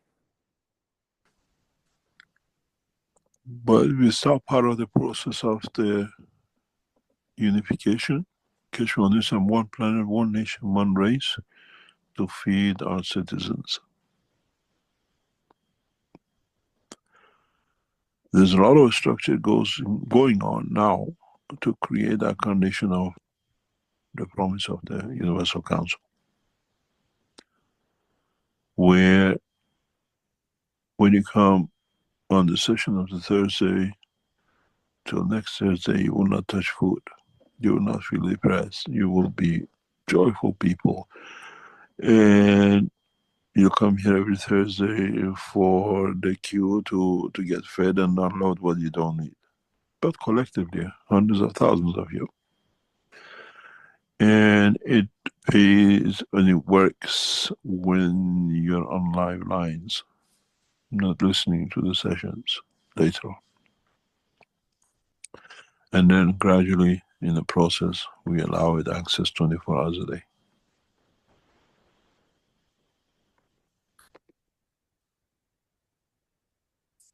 Any other question?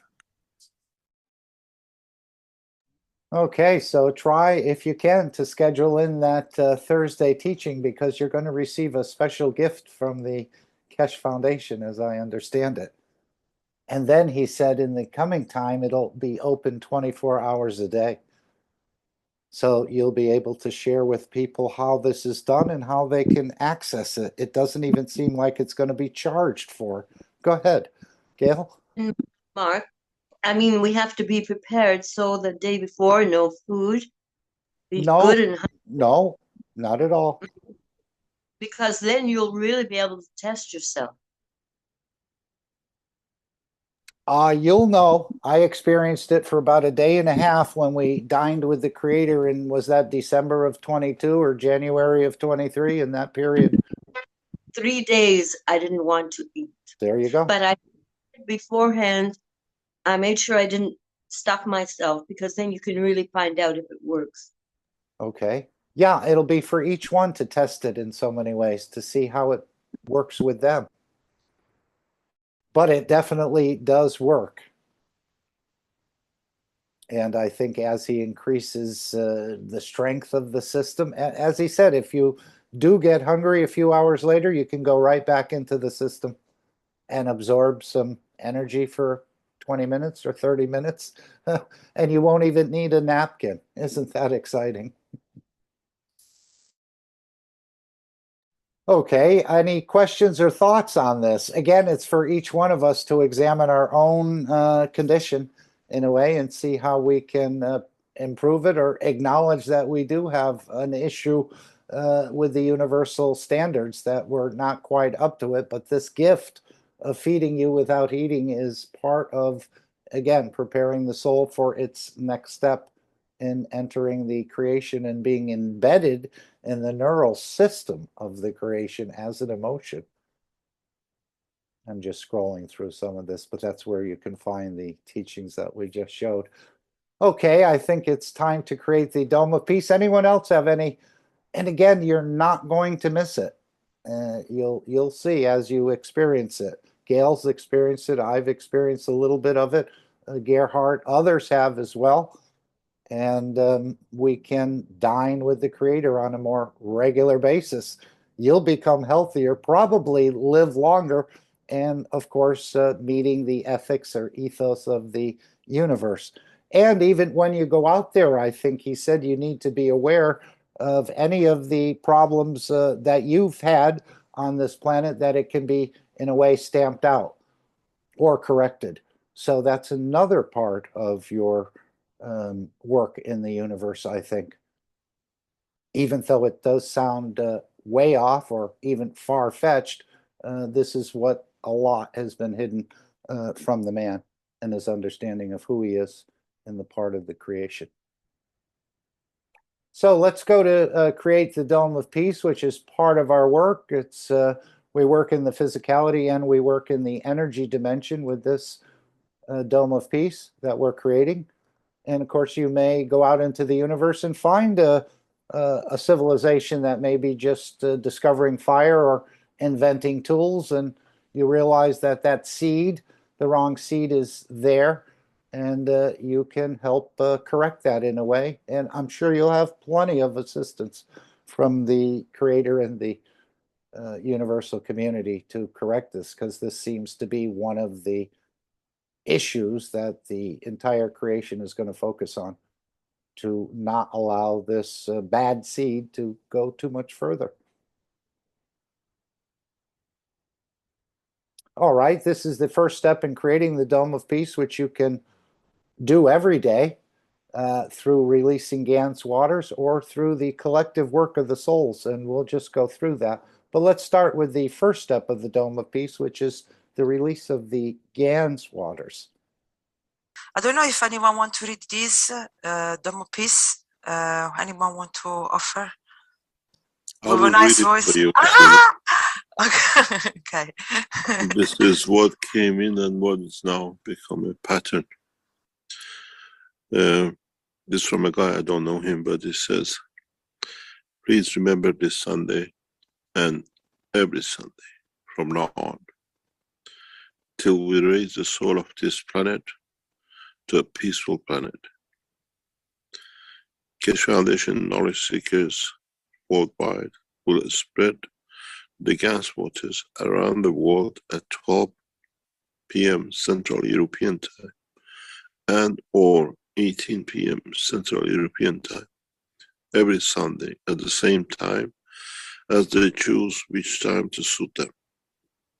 Thank you for participating in this greatest movement by the soul of the man to bring about the peace on this planet as the permanent feature of the life of this planet. Okay, thank you, Stefania. And again, I think this has a bigger connection. It's got a bigger connection into the wellness system or wellness that's going to be generated, or connecting systems together. This is playing some sort of a role that I don't completely understand. But as he said, this is one of the ways you take over a planet, is the releasing of the Gans waters. So this may be sort of a fertilizer or a connector where other things, as he said, with the big muscle and the small muscle, people concentrate on the big muscle, when if you just give the little muscle a massage, the big one is depending on that little muscle, and it starts working better. So this may be, in a way, the same thing. So let's go. That's the first step of the Dome of Peace. If you're not sure how to make Gans, you find the video on Cup of Life 1, which was in January of 2020, or go to the Keshe Foundation Wiki, and you'll find out, or contact another knowledge seeker. It's very simple to do. And again, this is a transmutation that you can perform right on your kitchen table, as many millions of people have. Now, the second step of the Dome of Peace is using the collective power of the souls. And thank you, Stefania. Now we'll hear from Shweta. Anybody wants to read the Dome of Peace? I mean, beautiful souls in here. Okay, I'll read this beautiful presentation of Dome of Peace. And the Dome of Peace is already here. All the knowledge seekers, truth seekers, lovers of humanity has built it in a way, spreading the guns, loving each other as shareholders. So I will read this as please remember every Sunday from now on until we raise the soul of this planet to a peaceful planet, Keshe Foundation knowledge seekers worldwide will spread the Gans waters around the world at 12 p.m. CET and or at 18 p.m. CET every Sunday at the same time, as they choose which time to suit them. Thank you for the participation in this greatest movement by the soul of man to bring about the peace on this planet as a permanent feature of the life of this planet. Mr. Keshe suggests we add the next step to create the dome of peace with power of the souls, as we have already going through this with the 2 eyes. And we ask you to spread the Gans waters each Sunday. Now we give you a new path. Now try to unite each other's souls. Try to elevate the soul of humanity through your own soul to a level that no one can touch, the embodiment of the human race. So beautiful. Choose a time where all of you come together on the soul level in a state of inner calmness. At that time, don't spread the water of Gans, but spread your soul. Unite, and in time, we will make a new race out of the soul of man. And then, instead of doing it once a week, do it all the time. MT Keshe. Thank you. Okay, thank you very much, Shweta, and we'll take a couple minutes in just a minute or so, but the invitation is there for every day for you to practice using your new toy in a way, or that energy dimension that we're exploring. So the Universal Council invites the Keshe family and Universal Council family in unifying at the soul level every day at 9 p.m. Central European Summertime for the elevation of the souls of all leaders and the soul of totality of the Keshe Foundation, creating peace in everything that exists. So you've received your invitation. Now it's up to you whether you want to give a nanosecond of your life to peace or a minute of it. Again, I think the importance is the regularity of it, not so much the amount of it you do at one particular sitting. As he said, it's the quality of your work, not so much the quantity of it. So you've all been invited. And of course, every day the Universal Council has now released a wish. This is today's wish, which we can incorporate into our Dome of Peace. We, the Universal Council, create condition to activate the 5 souls for the transmutation program to come forward. So we're going to just add that in. And of course, what's going on now in the background, we see there's these negotiations again.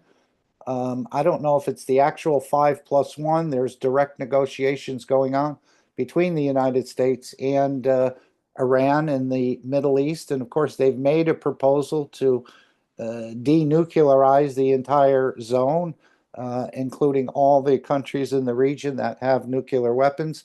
And this was Iran's first proposal. I like it. And again, this is something where we can move on, and hopefully the American administration and so on will work, and let's give energy to that whole process. This is 2.5 minutes of silence for the elevation of the souls of the negotiators that are going on now. It may not be the 5+1 peace negotiators. It seems directly between the United States. There may be some intermediaries there, but we elevate them as well. The souls of the International Atomic Energy Agency, which I'm sure they probably have a representative there. All souls working for peace in Vienna and throughout the world, if I may add that. The soul of humanity, as we heard that no one would touch the embodiment of the human race. And the soul of world leaders and religious leaders of planet Earth, which, again, as Mr. Keshe said, they're not doing anything harmful. If there's any problem, they'll just release more technology. So let's take 2.5 minutes collectively using the power of the souls and give to this process. And of course, this is a process which you will use on this planet for many other reasons, like interacting with the apple or interacting with another soul that you'd like to, or communicating. This is a process that you'll also carry out into the universe. So this is why the practice is needed. And of course, as Mr. Keshe said, if they do it from the outside in a big way, then we'll never keep it. Within one generation or two, even with the gift of the advanced technology, we'll be right back in the same position without the elevation of the soul of the man. So let's work on this individually and collectively, and join as you will. This is not a formal meeting. This is something we just gather at 9 p.m. on the energy dimension. All the souls are already connected. We don't have to create that connection in a way, but they're all connected, and we work collectively to bring this process to its fulfillment. So let's just take 2.5 minutes, and then we'll go right to Alex for the teaching. We'll start now.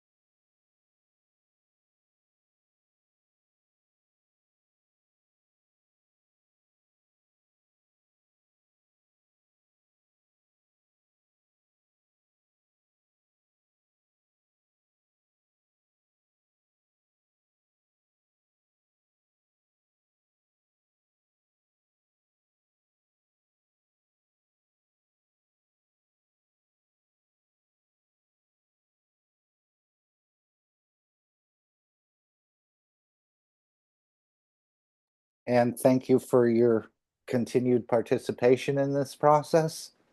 And I was just thinking of something Mr. Keshe said in, I think, a couple workshops ago. I share, I give, you change. And if you look at this background that we have up there, how many times is the soul mentioned? And this is one of the mistakes I've made. I've given to the man, but this is requesting to be given to the soul of the man, the soul of the 5+1 negotiators, the soul of the International Atomic Energy, the souls working for peace, the soul of humanity, the soul of world leaders and religious leaders. And as we understand it, we're giving to the soul, we're not giving to the man.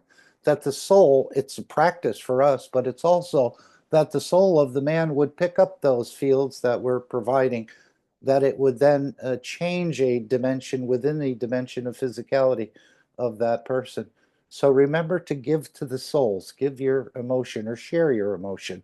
And this is a very, very powerful process. I don't think even the Universal Council hasn't realized how effective and important this process is working on the energy level as opposed to physically trying to bring the change. And this is the way it'll be brought once we reach the collective awareness of humanity on this planet and any of the others who want to participate. Okay, I think we're ready to go.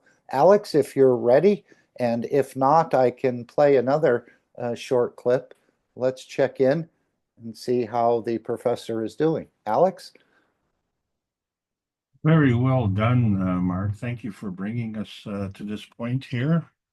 Really appreciate that. Thank you for taking the screen. And we see it. Screen. And are we seeing? Yes, I think we are. The famous disclaimer. Yes, the beautiful disclaimer. And here we go. Disclaimer. The information and education material contained herein is meant to promote the general understanding and dialogue of GAN's processing. Such information is not meant or intended to serve as a substitute for a healthcare professional's clinical training, experience, or judgment. For patients and individuals, such information is not to be a substitute for professional medical, therapeutic, or healthcare advice or counseling. For medical issues or concerns, including decisions about medications and other treatments, readers, viewers, listeners should always consult their physician or, in serious cases, seek immediate assistance from emergency personnel. Prescription information, procedures, and use of medical devices information should be undertaken only by properly trained and certified medical personnel. We specifically disclaim any warranties, express or implied, including implied warranties of merchantability or fitness for a particular purpose. Such information is provided, as is, and is believed to be accurate at the time of its publishing, but it is the viewer's job to evaluate the accuracy of any information found in this presentation. Every case presented is of their own experience, applied by themselves for themselves, and it applies to their case only. Every person experiencing health problems should seek professional medical advice and consult their course of treatment with a doctor. The processes of plasma balancing described herein are a natural process which supports the body but does not replace medical advice or therapies one is already subject to.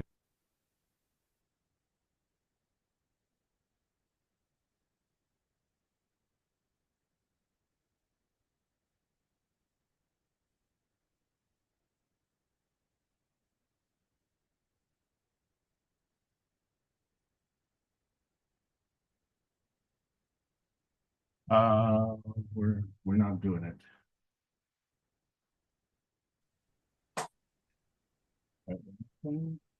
The audio is clear. But I have the wrong picture. I guess it had to have this picture. And how are we now? As you always are, perfect. Okay, then.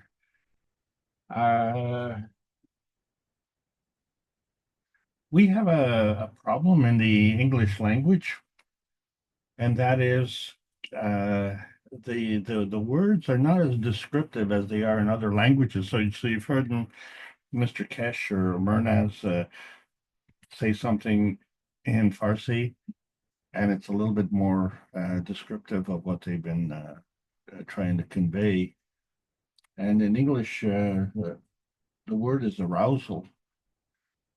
And arousal has kind of a sexual connotation. Then there's another word that's called excitement. And that broadens the connotation.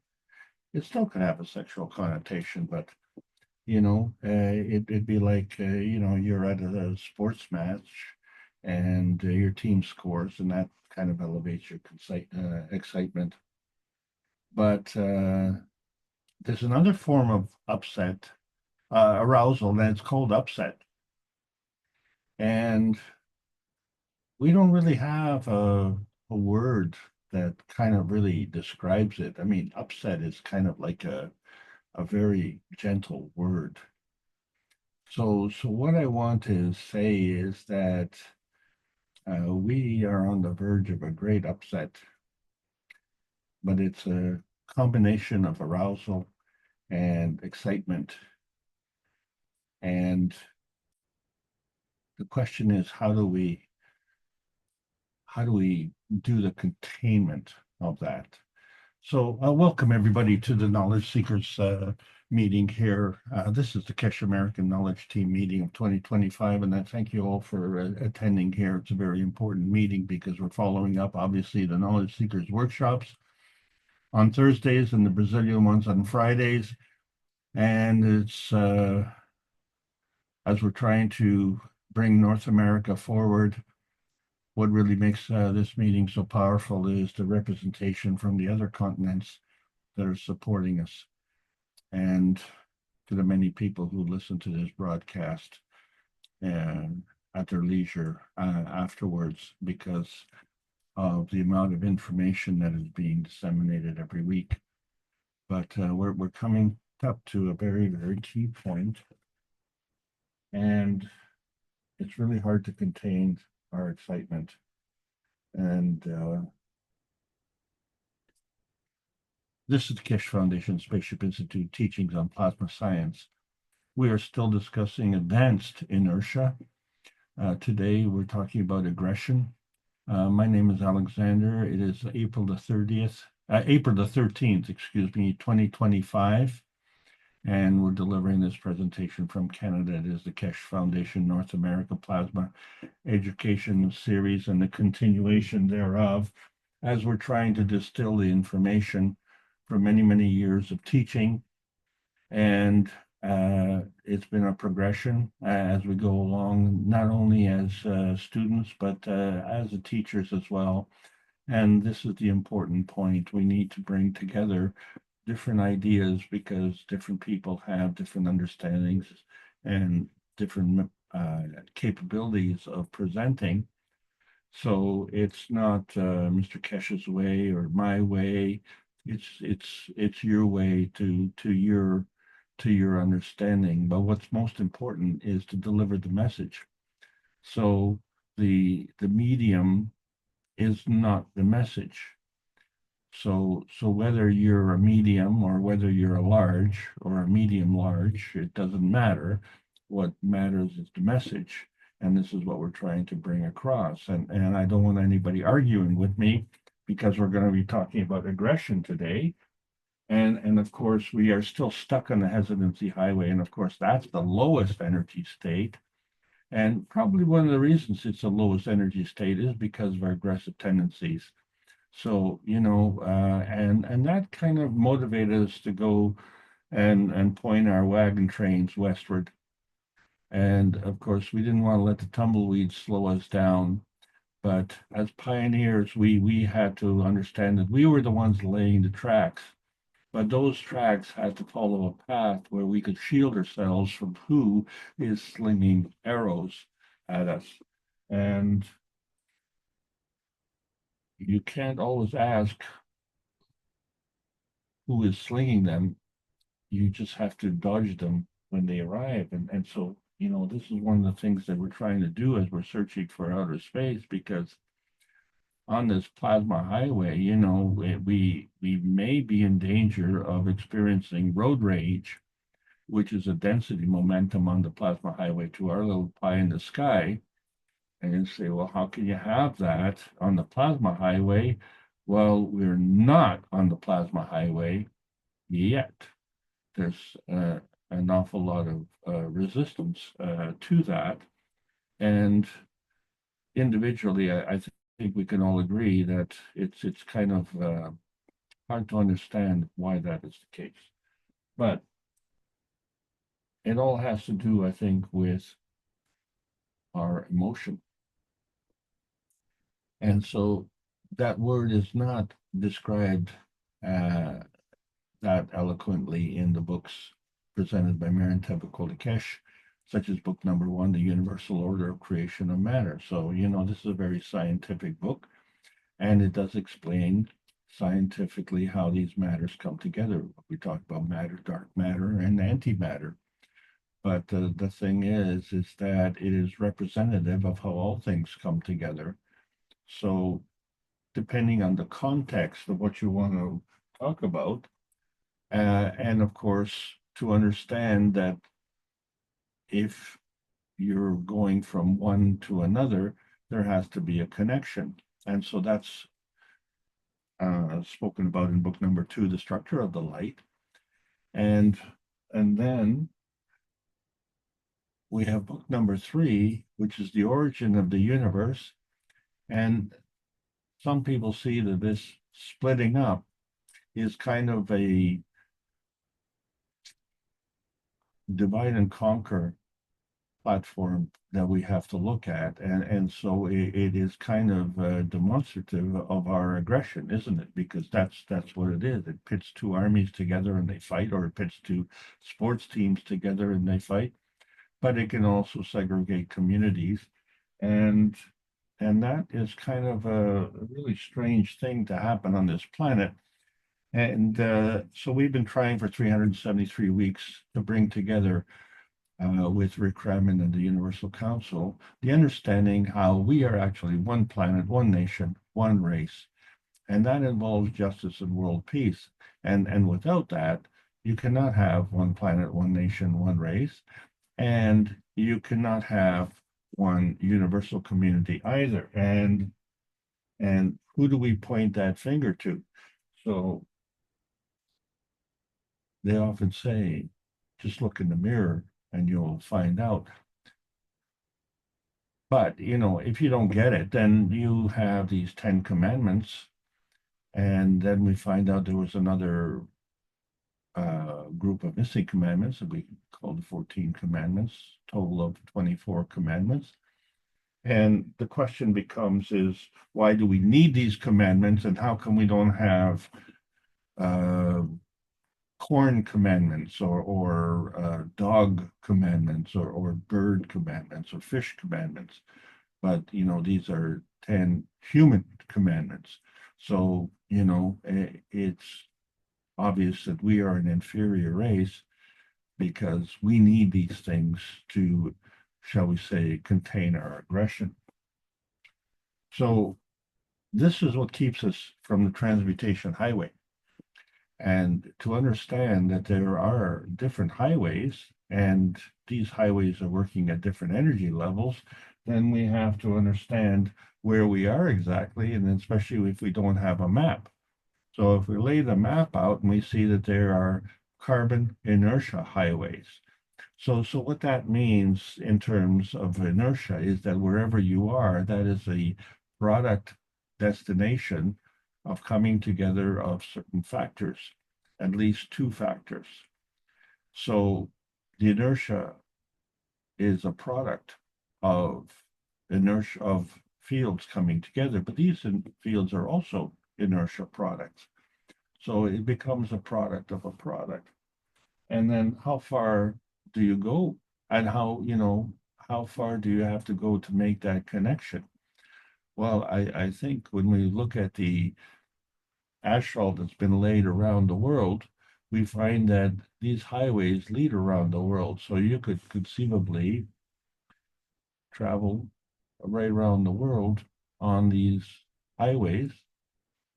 And sometimes you have to drive onto a boat and have the boat take you across a body of water so you can carry on driving on the other side. Well, the thing is that when we look at our life, we don't know if that's a reflection of our illusion. We just see ourselves as pioneering America, but are we really pioneering anything, or are we all suffering the fate of Christopher Columbus when they discover all the people here who were here before him? So that means there's something else. There's more to this picture. So this becomes very, very complex because now you have all the inertia products coming together, and you find that they themselves are an inertia product. And it doesn't stop, and it goes all the way to the creator. And so where is the creator exactly? And is he in this particular picture, or are we just looking at the inertia products of the creator in this picture? And then we are experiencing that within our own visage. So it boils down to consistency. And so a lot of people think that the only consistent thing in our life is chaos and that it's random. So the truth is, it's explained scientifically, it's explained with religion, and we try to explain it in our practical terms because we're not all scientific and we're not all religious. But there's this confusion that our knowledge is based in only these aspects, these attributes, because it's not fully explained. So there's something else that's going on. And what is that factor? And when we don't find it, then, we kind of get angry, and it affects what we call a tensity relationship. So to have a tensity relationship, this is automatically a balanced field between what we call the magnetic or gravitational field forces, commonly referred as a maggrav, which is a balance. But in order to maintain that balance, the scientific community will actually maintain a balance between the conservation of magnetic fields or the conservation of energy. Whereas in the spiritual community, we're looking at the balance between the spirit and the soul and the motor of the soul. And in other relationships, we talk about the battle between the awake state and the dream state. But you see, the plasma science is what adds to the knowledge and brings together these tensity relationships. But what we don't see is the rate of change and how do we affect the rate of change. And if the rate is too slow, then it causes anger. If the rate is too fast, well, that also causes anger. So, you just can never be satisfied. Is that what the problem is? And so this is one of the reasons that we're relegated to the description of being four-wheelers of creation, because we understand creation and we understand decay, but we don't understand if there's a relationship that is maintained on the creation side and an equal relationship maintained on the decay side. We only look at half the picture. And which half are you going to look at? Are you going to look at natural creation and ignore the natural decay? Or are you looking at the natural decay and just ignoring the creation? But each state is a balance between the intensity and outensity of these fields.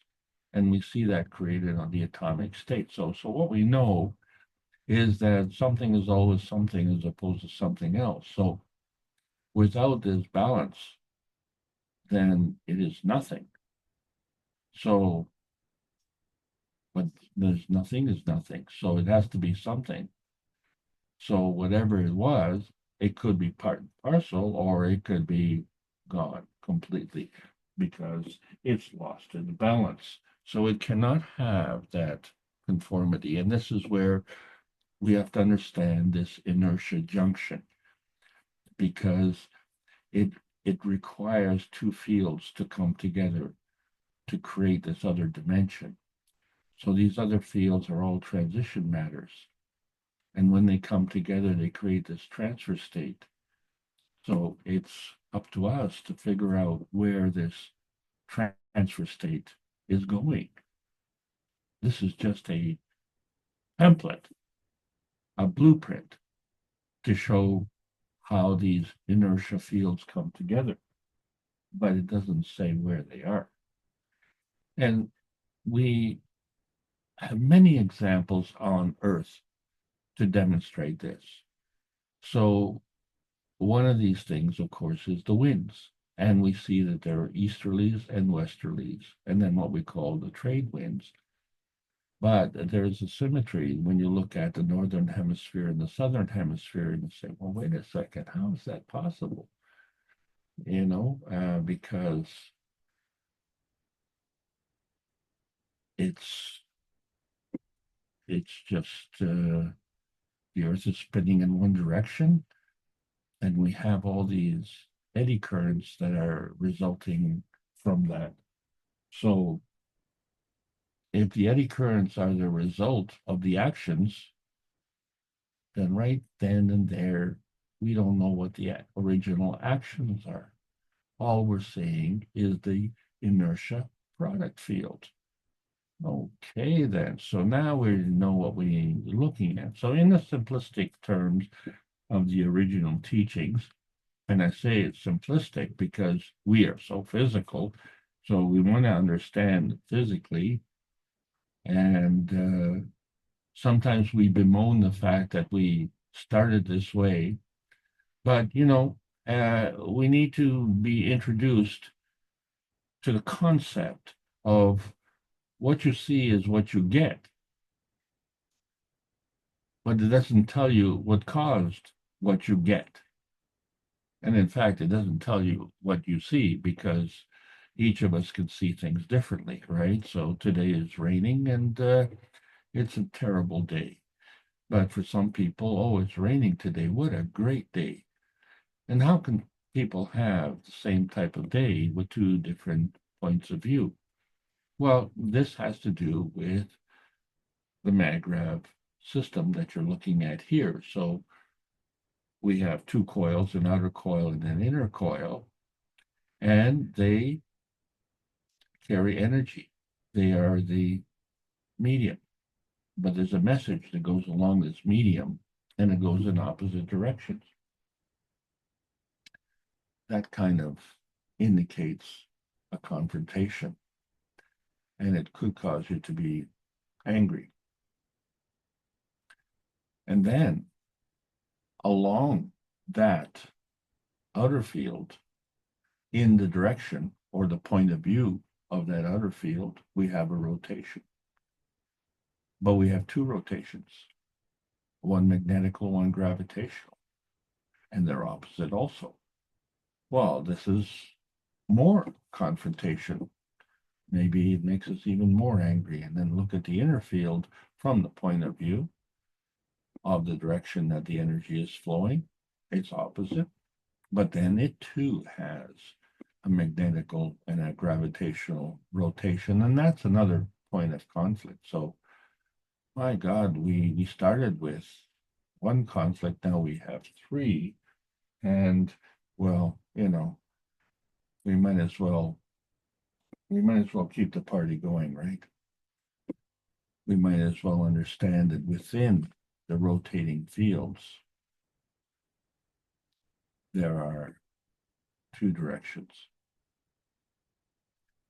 So we have a three-dimensional conflict here, and our point of view remains the same. But now our scope of reference has expanded, and we're taking more into account. But how do we resolve all these? So we have to understand that these coming together are actually what we call the NP junction, the negative and positive. So since energy is always positive, then what does that mean? The negative is the direction of flow. And the positive is the direction of flow. And you can't have that reference of an NP junction without both the N and the P, because you wouldn't have an N junction and you wouldn't have a P junction.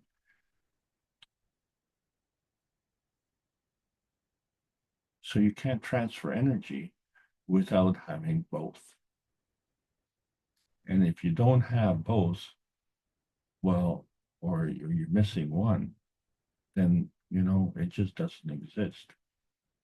And that is the nature of the existence. So when we're talking about aggression, well, you need two to tango. And so when we look at the energy that comes from the sun, we see that NP junction manifesting, but it's manifesting in a perpendicular motion, and it has a certain mass, and we can stack it up, as you can see. So, and it has different directions in different dimensions, and they all come together and they give you this gradient moment. And in that process, you have this rotating field, and in that field is your containment. And you say, well, where is the bag that is holding this containment? Where is this bag that is capturing all this mass? And how come this motion is contained with this field, and how come you can stack it? And so we understand that there are two forces working together. And if we understand that there are two forces working together, then we understand that the inertia is the product of these two forces working together. So the conservation of momentum states that with some problem domain, the amount of momentum remains constant. And they say momentum is neither created nor destroyed, but only changed through the action of forces as described by Newton's laws of motion. So that means within that containment, there is a stability.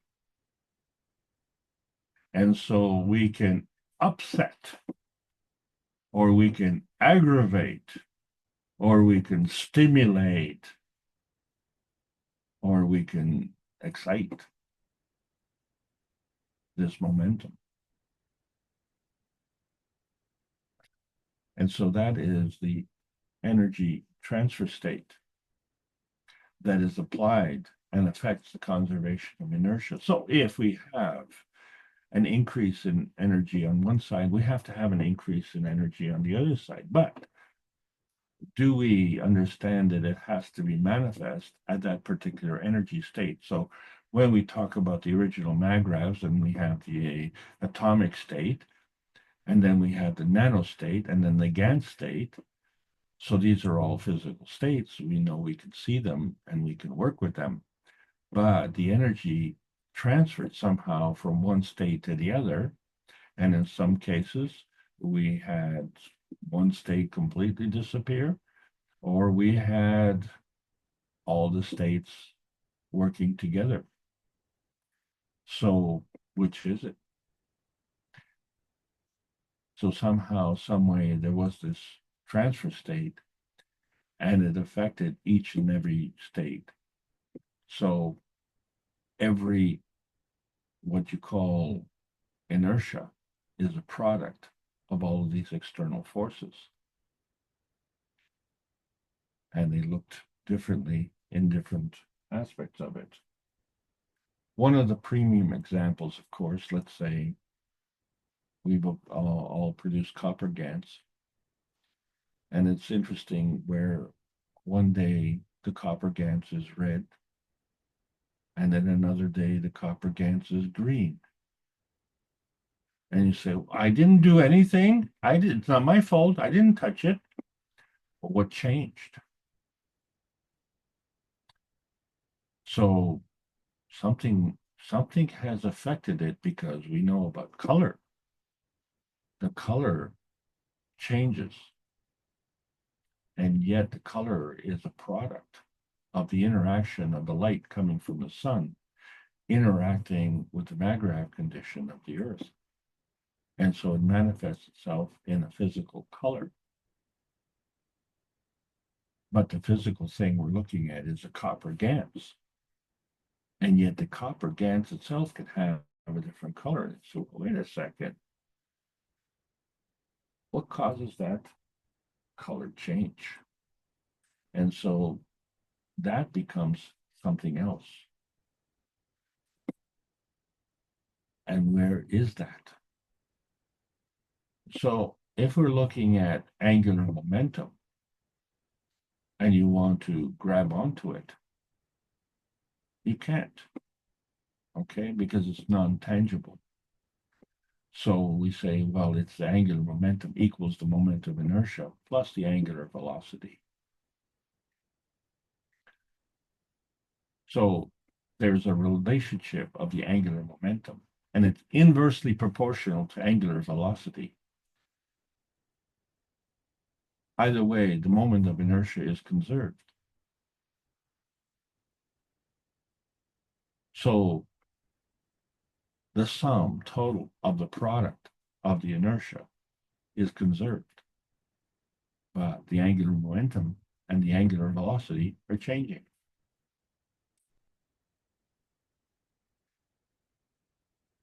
So the gradient momentum implies in plasmatic it is going from a higher to a lower. And so if we look at a rotating field, we can see that the magnitude and direction is changing. So maybe you've done cartwheels when you were a little bit more agile, or maybe you made cartwheels, or maybe you were playing with the ball and string, and so you rotated the ball around you,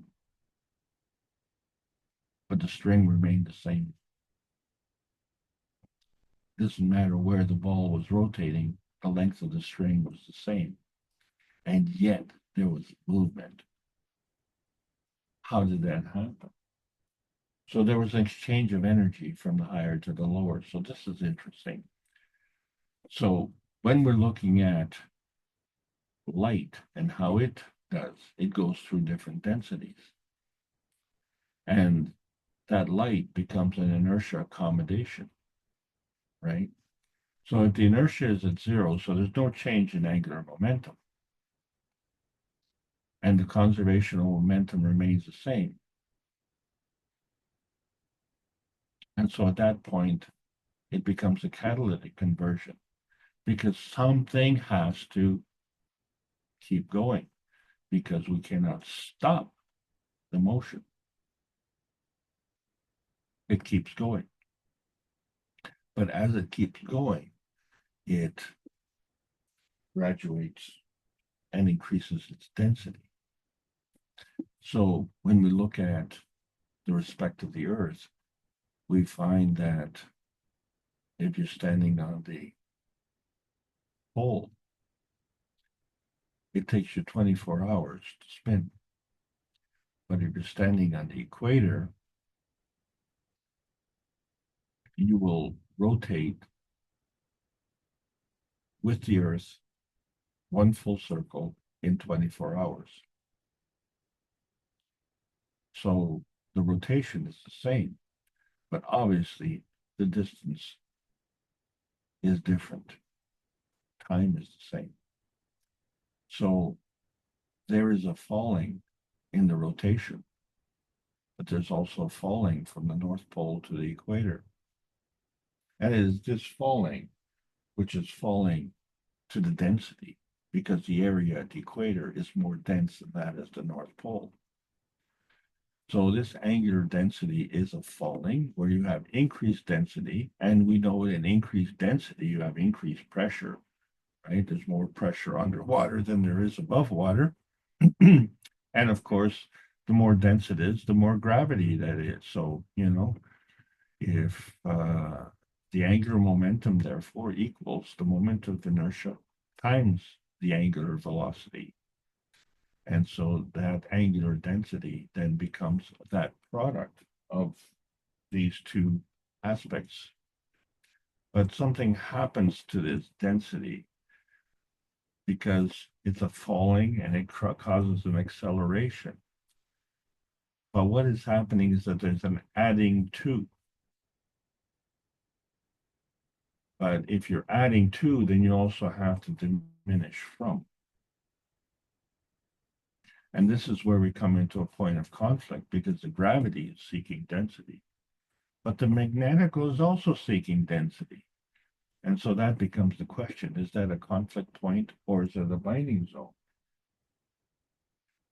So in the old rules, the higher strength heats the weaker strength, but in the plasma rule, the higher strength feeds the weaker strength. And so this is the difference between the conflict point and the binding zone.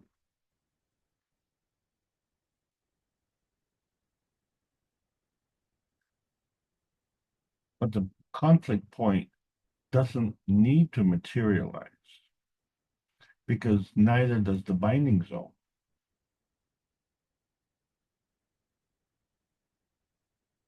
So there's more than just the higher strength and weaker strength. There has to be a common denominator, because otherwise the plasma fields will not interact. Just like bringing two stones together, they will not interact either, because each one has its own containment. So how do you establish this binding zone? Well, a lot of us are binding our energy at the expense of others. And binding energy is very important, and we've been doing that from the Creator. But if we don't get enough of it, then we need to bind that energy from someone else, except that someone else is also binding this energy from the Creator, and they don't have enough, and you're taking even what they don't have, so they have even less. So what are you doing now? I think you're creating a little anger, because that could involve conflict point. That could involve a fight. That could involve a war, because you are stealing my energy. And I need that energy for my binding. And so you are binding your energy at my expense, and I don't appreciate that. So let's talk about some aggression. Let's get forceful. Let's introduce some forcefulness. So what is forcefulness? Well, again, with the words and the meaning that they convey. So we talk about aggression. That's forcefulness.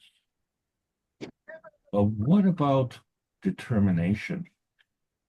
Isn't that forcefulness also? So let's give an extra definition. Say aggression is countering free will.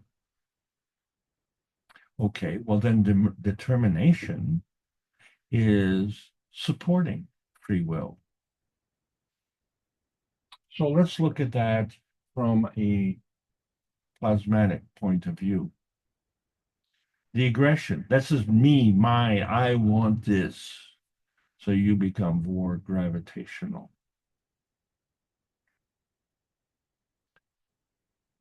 You have to balance that off. What is the aggression doing? Well, it's countering free will.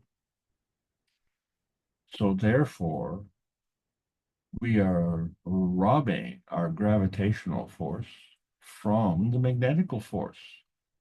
But we still have this forcefulness. It is just more gravitational. So we still have this balance. We still have this inertia field of forcefulness, but it's more gravitational.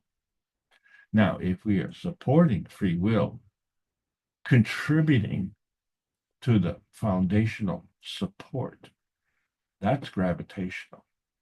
So what is the opposite balance that keeps it in balance? Well, that's determination. So therefore, the determination at that point becomes magnetical. Well, wait a second. Didn't we say that the forcefulness was aggression, and that possibly the forcefulness was determination? And if we are aligning the aggression as gravitational and the determination as magnetical, we would be correct.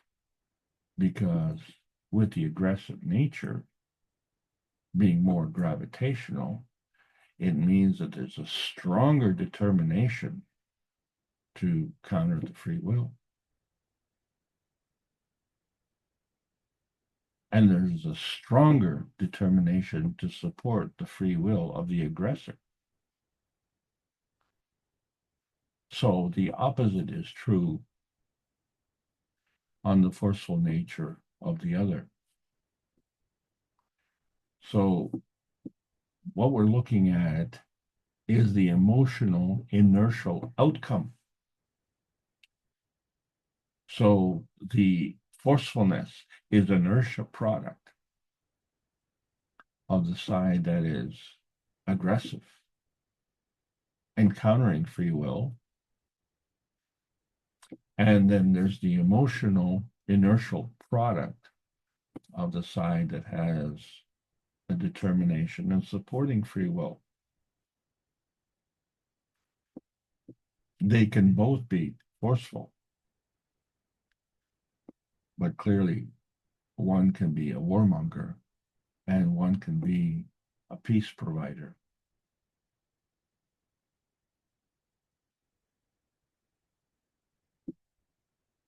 And this is the thing with humanity.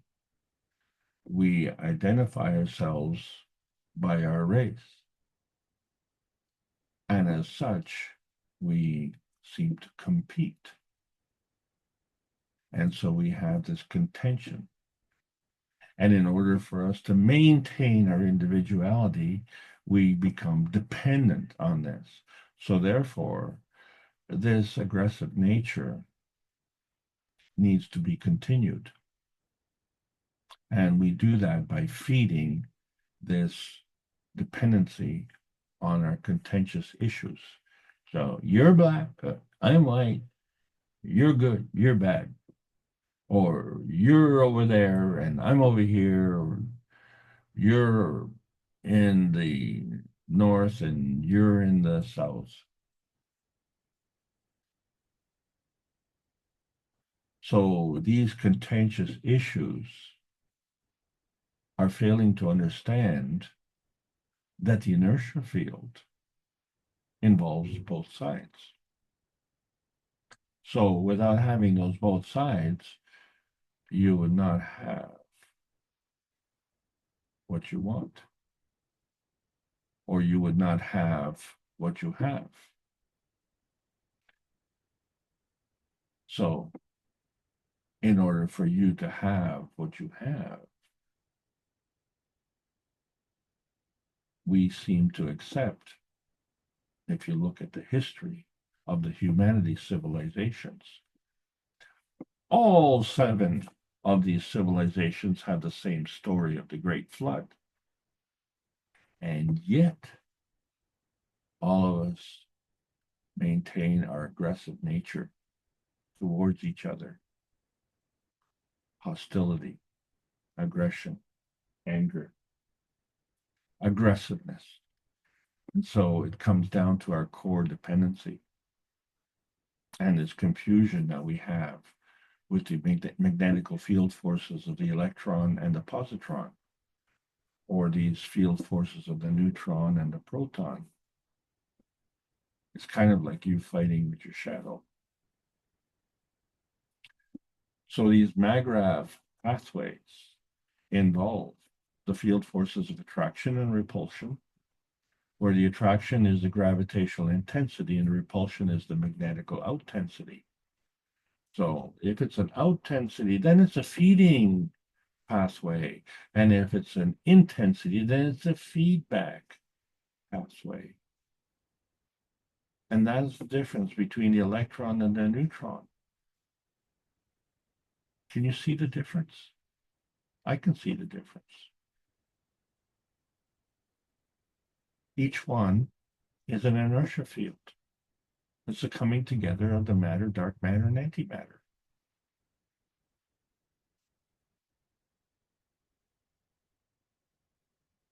So there is a magnetical consistency. And since we have this relationship of the electron and the neutron, where the neutron is gravitational, the electron is magnetical, then we find that the gravitational construct of the neutron is dependent on density, whereas the magnetical construct of the electron is rotating around this density and wants to be less dense, because if it becomes more dense, then it becomes part of the neutron. It's no longer an electron. It gets swallowed up. The part becomes part of the whole. And this is the principle of the cups of life. So we have to understand that the nanocoding process of the monatomic science is a reflection of our inner space. and our emotional strength. Now, our emotional strength comes from the strength of the emotion. So that would be the cup on the left. And the emotional strength of our physicality, that would be the cup on the right. So the cup on the left has the zinc gans, and the cup on the right has the copper gans. But we have other ganses as well. So we have the CO2 and the calcium gans and the water and the amino acid gans. We can create ganses of all types of radiance manifestation, including gold. And each of them is a product field. It is an inertia field. And we identify it as so. It is carbon and 2 oxygen. It is 2 hydrogen and 1 oxygen. It is carbon, oxygen, nitrogen, and hydrogen combined. All of them are products of an inertia field. And not only 2, but let's add the 1 track cup of the soul. So each cup has a magnetical gravitational relationship. And one is emotional, one is physical, and one is of the soul. But when they all come together, it creates a product inertia field. And we call it the cup of the soul. And it's more gravitational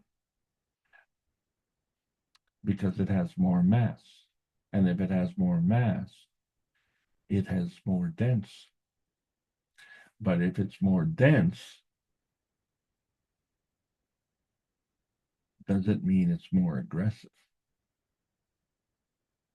Well, I guess it all depends on what you're thinking, because we have 2 hemispheres of the brain, and they work together just like the cups of life. So this is an entirely different game. It's not physical, it's not emotional, it's mental. So how does that work? And of course, that is very gravitational, right? Because it's very forceful. Your brain will affect you emotionally and physically. And it will also affect the changes. And it will affect the rate of changes.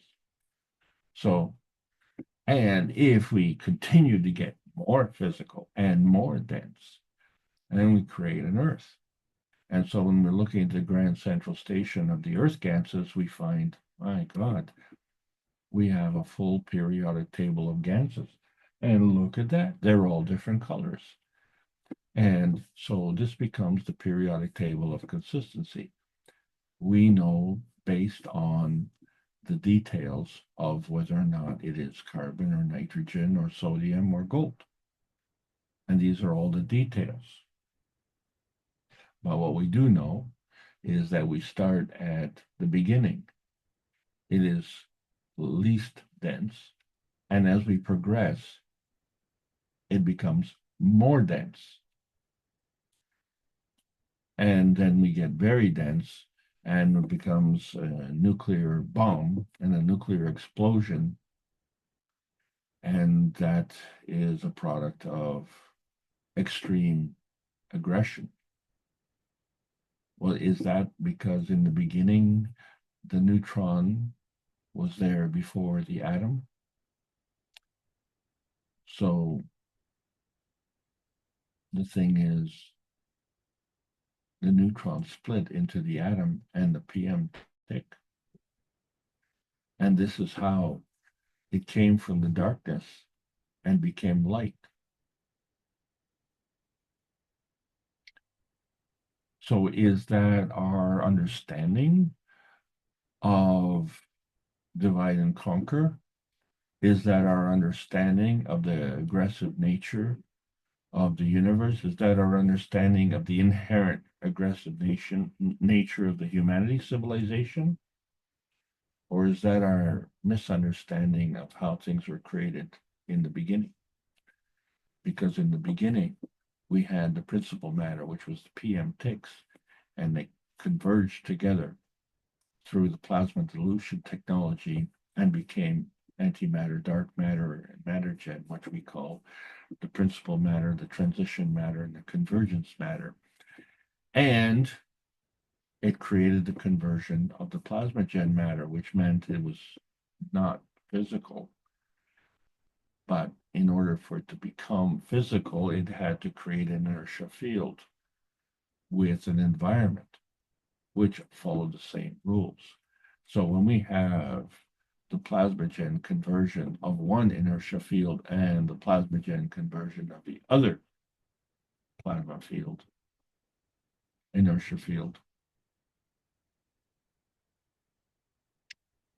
we create another inertia field interaction, and that becomes the product.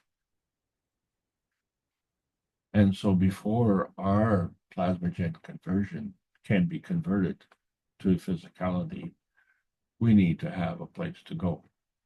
And we chose the Earth. So before we can go there, the Earth has to go through a plasmagen conversion to its physicality.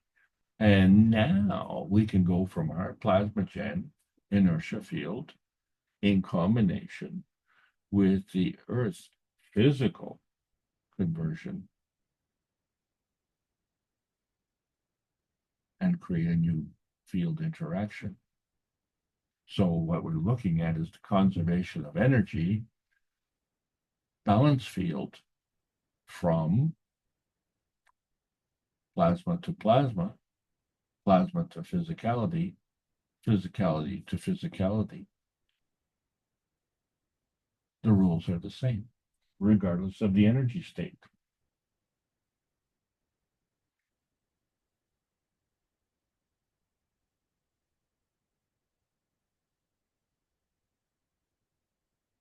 So are we looking at conflict? It seems to be predominantly on Earth. So fundamentally, everything's coming together as an inertia field, which is interacting with plasma states. And there's a relationship. So we see that even though the Earth is rotating in one direction, we understand that the energy that is part of the rotating hemispheres, which constitute the northern and southern hemisphere, we find that the hemispheric rotation in the north is counterclockwise, the hemispheric rotation in the south is counterclockwise. But that's if you're just standing on the North Pole and looking all the way through to the South Pole. But if you're standing on the South Pole, well, guess what? What the North Pole says is counterclockwise, the South Pole says it's counterclockwise. So point of view becomes very important. And then you have the combination at the equator. And these two come together and manifest into the physicality of the Earth. And so because it's at a lower energy state, it has to have a net inertia field, and that is a singular rotation. So both physical fields are rotating in the same direction. And yet we have easterlies and westerlies blowing the wind. So these are not stationary. The Earth is rotating, the winds are blowing, which means energy continues to come. And since we say the energy is coming from the principal matter, which is a PM tick, it comes as an energy pack. And it comes into the different energy levels, which are positioned at different densities. And so which density does it come into? And so that affects the color, as we discussed before. But the point is that they come as a PM tick, and it manifests as a cosmic ray. And so it becomes singular in that point until it comes in contact with a plasmatic field. And so we say that it rotates magnetically in a counterclockwise direction. But magnetically cannot exist alone without a gravitational counterpart. And so the gravitational cosmic ray interacts and rotates clockwise.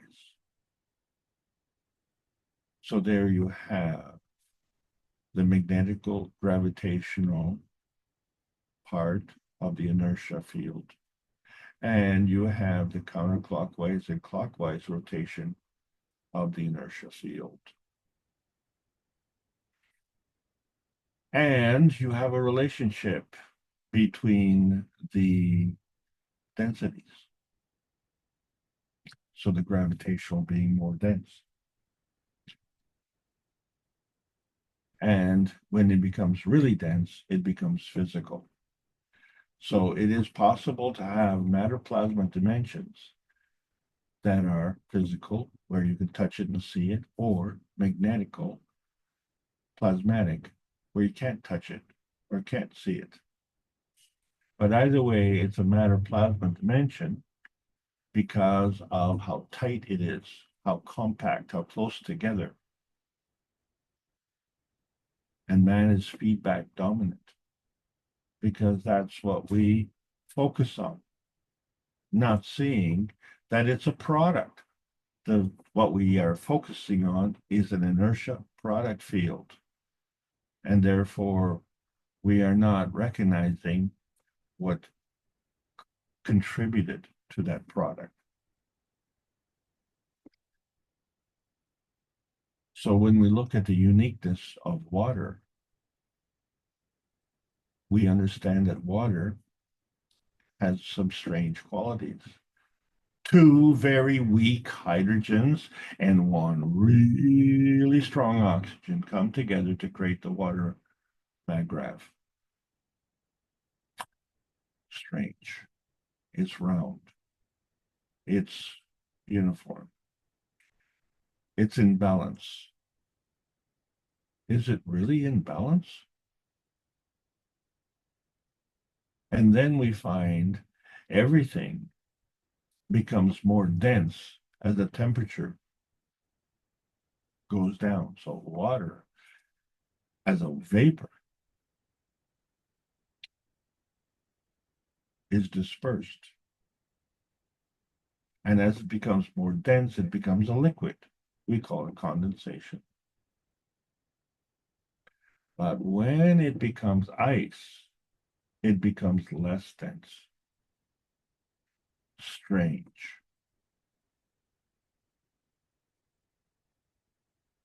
Other products, when they become more dense, they become solid.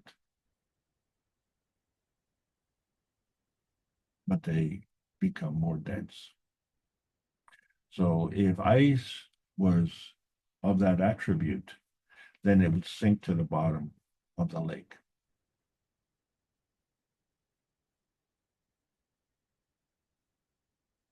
And it wouldn't probably matter how long the summer was, the ice would never melt. And then more ice would form, and then it would sink. And eventually, we would all become frozen. And that's an attribute that we impart to people who are hard-hearted, because they have this need for gravitational confirmation. We already have this hydrogen, very light, fluffy element, and it comes together gravitationally, because what we see gravitationally in its emission spectrum, which is a fingerprint of its unique characteristics, it is a gravitational representation, which means it came together from magnetical force fields. So in this case, the magnetical field of the sun, the planet, and the creator. So all three of these came together, and we said, let there be light. So now we can see the emission spectrum of the hydrogen. But if we can see the light, then it must have come from the dark. And so we understand that if it came from the dark, well, It must have come from the light. But then we have a gravitational confirmation of oxygen, and it is much more dense. And yet it has the same characteristic, the same emission spectrum, and it's manifesting its color, which represents that gravitational confirmation and a gravitational tracking system that tells you it came together from the convergence of the magnetic force fields of the sun, the earth, and the creator. Oh, isn't that interesting? But it's more dense. So when we look at the transcendence of the P stone, then we see that the hydrogen is negative and it's giving. And we see the water is positive and it's taking. And that's the difference between the density of the water vapor or the density of the liquid water.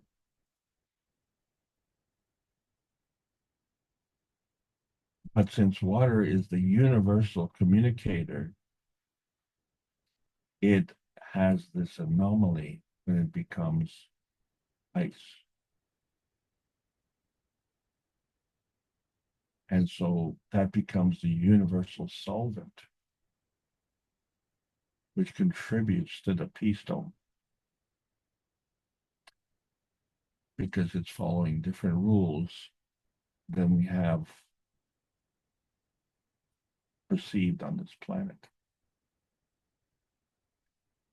The point being is that we have dimensions coming together and they combine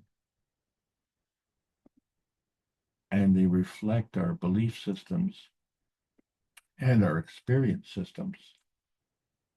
So we have belief systems, 3 belief systems that contribute to our experience. And so we believe our experience. And that becomes the 4th field. That's our observer field.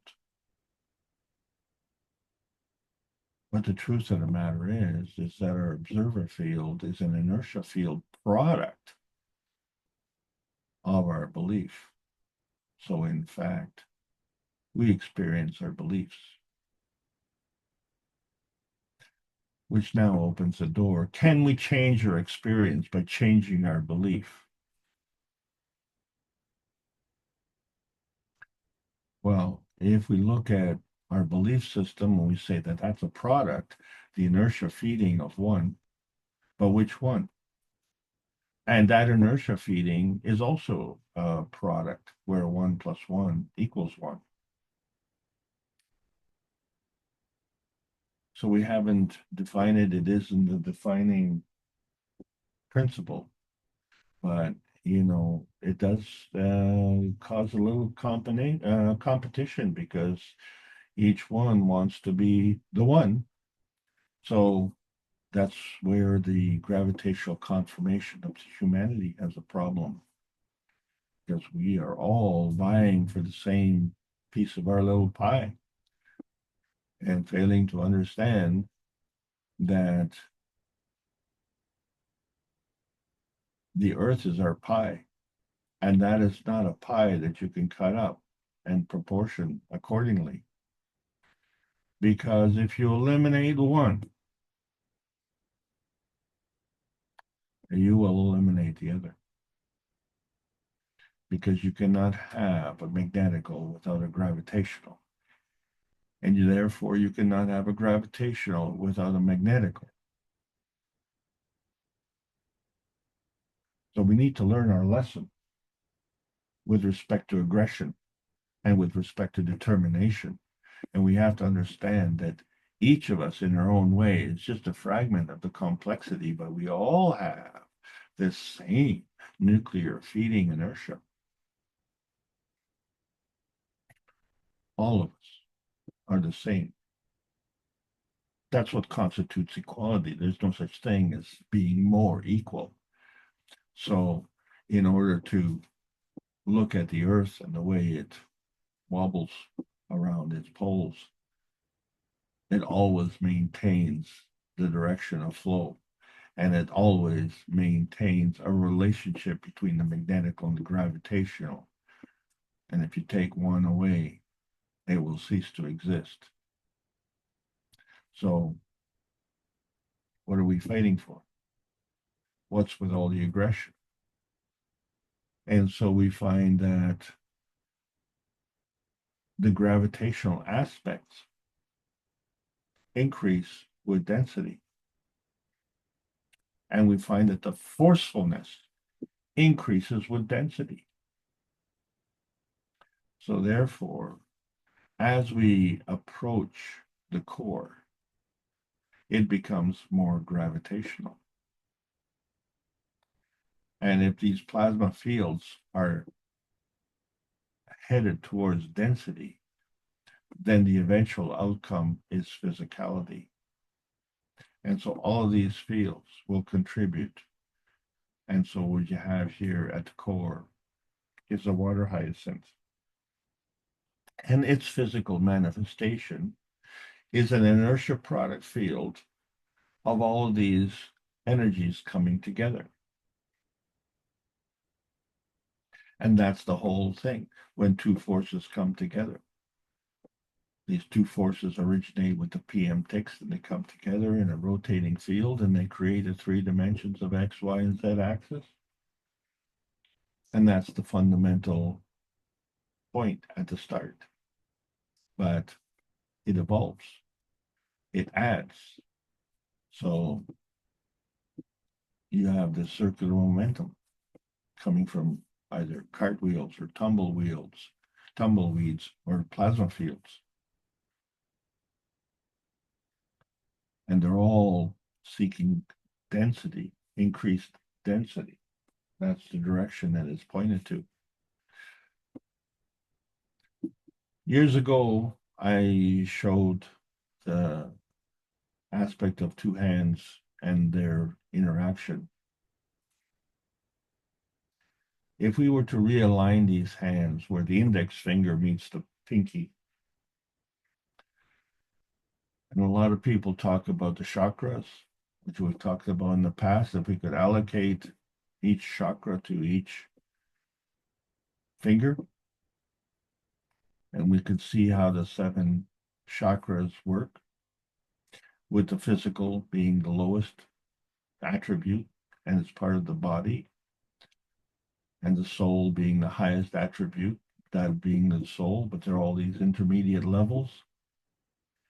And if we understand that our existence is based on the 3 dimensions, as we've seen in the universal creation of matter, the coming together of antimatter, dark matter, and matter.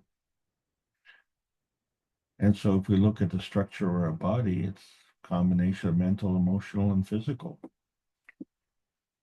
But when we go to sleep, you drop one and you pick up one, right? We drop off the physical and we go to the intuitive.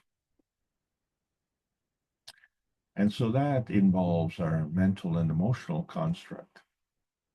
And we usually attribute this to women, right? Because, you talk about women's intuition, and, men don't have that intuition because men are so physical. But if we go deeper in sleep, then we have the combination of the astral with the intuitive. And of course, that is communicating very much with the mental. So that's not affecting our physical emotion. But it is affecting something. And if we carry on, we find that we are engaging our spiritual being. And our spiritual being exclusively involves a plasmatic condition. So it's completely dropped the body conditions of the mental, emotional, and the physical. But if we carry on and we find that the soul and the spirit are both in the highest plasmatic state, then we find that this existence in what they call the astral plane is a combination of all 3 of these. So the astral plane becomes an inertia field, and it involves the soul and the spiritual coming together. So that's one way to look at it with respect to our physicality with our body. But if we just opposite have a realignment of the hands, and we say, okay, well, the one hand is the earth and the other hand is the man. And we find that the earth goes through the same process, where we have the earth's crust, the earth's mantle, and the earth's core. Earth's core. It creates an inertia field. And as we go through that, if we drop the core, we look at the mantle, the crust, and the magnetosphere. Well, this is kind of important, because this is where we live. And so we can bring our physicality, right, between the Earth's crust and the magnetosphere and bring our physicality. And then, of course, we have our emotion, but our emotion somehow works with the Earth's magnetosphere because the Earth has an emotion. And so there's a physical containment in there. And of course, we understand how we are connected. We are connected to the earth, both mentally and emotionally, and with our soul. So when we're looking at the chakra levels and we decide, well, which way are we proceeding with these chakras? Are we going from the lower to the higher or from the higher to the lower? And which one is higher? Well, that all depends on if you're aggressive. So you're aggressive, you're thinking from your deep, most physical, aggressive desires, and you're giving your mental outlook to that, aren't you? Because that's your point of view. Or is it passive, where you are promoting a loving aspect of your existence?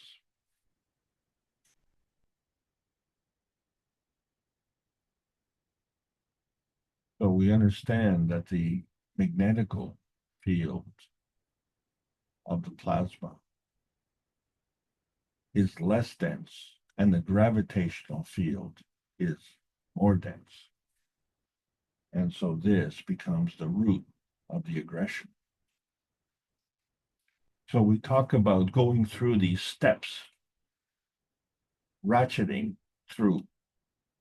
Ratcheting is to cause something to move, usually up or down by steps or degrees. And in that process, we can either tighten or we can unwind. And that, of course, we can tighten clockwise or counterclockwise. And likewise, we can unwind clockwise or counterclockwise.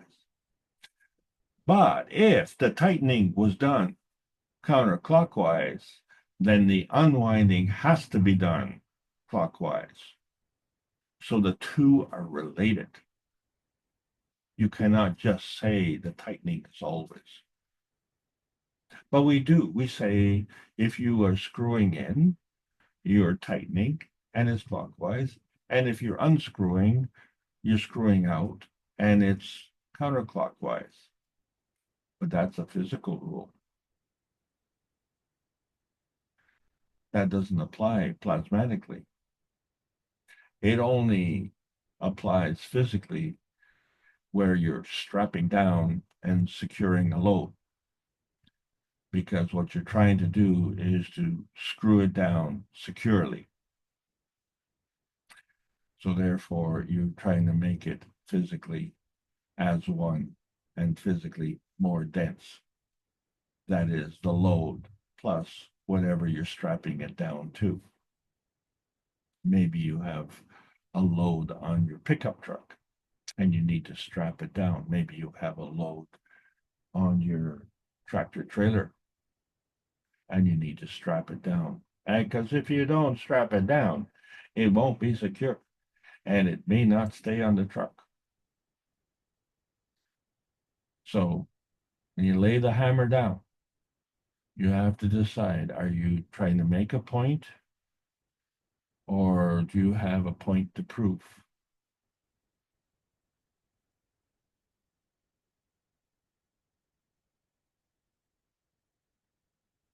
So this screwing around,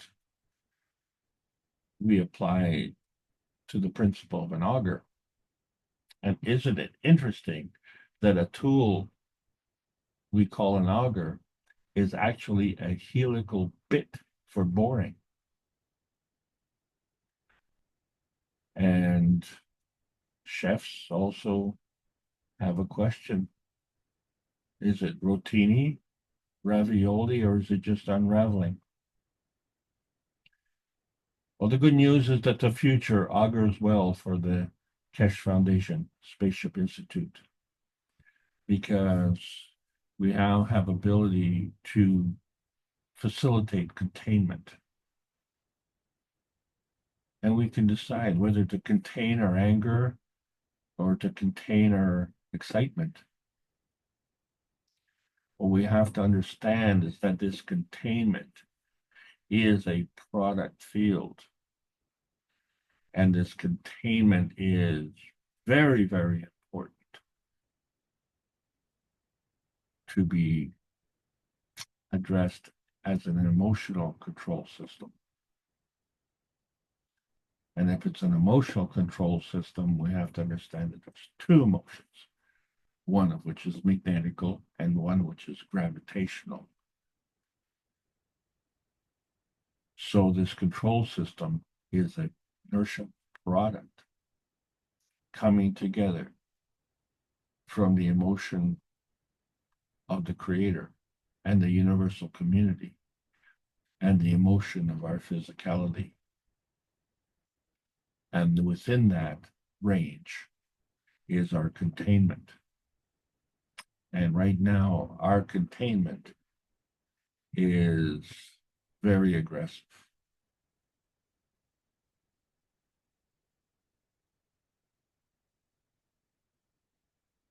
Extreme forcefulness through aggression, not extreme forcefulness through determination. So we as humanity, we have to set up an inertia shielding. Sure, from hostiles, from aggression, or from environmental harm. But that environmental harm isn't just the changing conditions on the planet, but the changing conditions that were caused by, shall we say, unseen forces. Forces who are more forceful in their aggression than they are in their determination. So we have to understand what a two-way street is the coming together of the natural creation of the outensity and the natural decay of the intensity. So what is coming out from within us, which is the emission, and us as a magrav plus the magnetical outensity, or us as a magrav plus the gravitational absorption of intensity. So we understand that as we become more gravitational, more dense, we also become more hard-hearted. And as we become more hard-hearted, then we have less empathy for humanity. So we find that the charge has to do with the direction, whether it's magnetical or gravitational, and we can affect it because there's a rotation, there's an orientation, there's a direction of flow. And so the Earth space follows the same transmutation state, the coming together of the various energy fields, and it creates a product. but where are these fields coming from? And so we likewise follow the same rules. It happens to be the outer space transmutation state comes together the same way.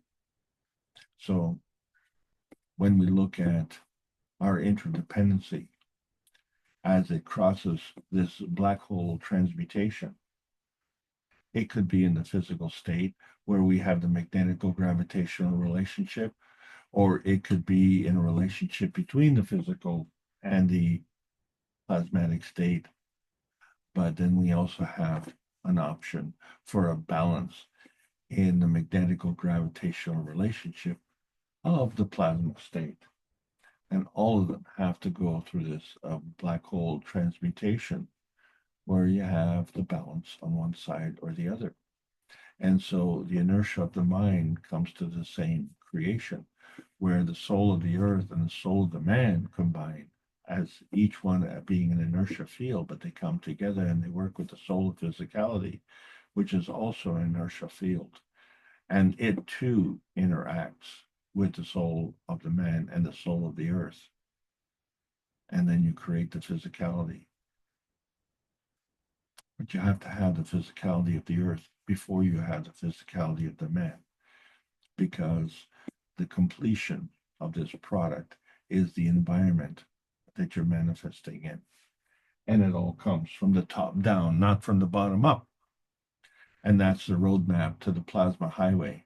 But we have this deficiency of 20% because the universe is giving us 80%. And so that's an arbitrary amount, but it shows the relationship where the intensity feeding is feeding our existence and it's feeding our physicality. And then we feed back from that physicality. And as such, we determine what is the feedback?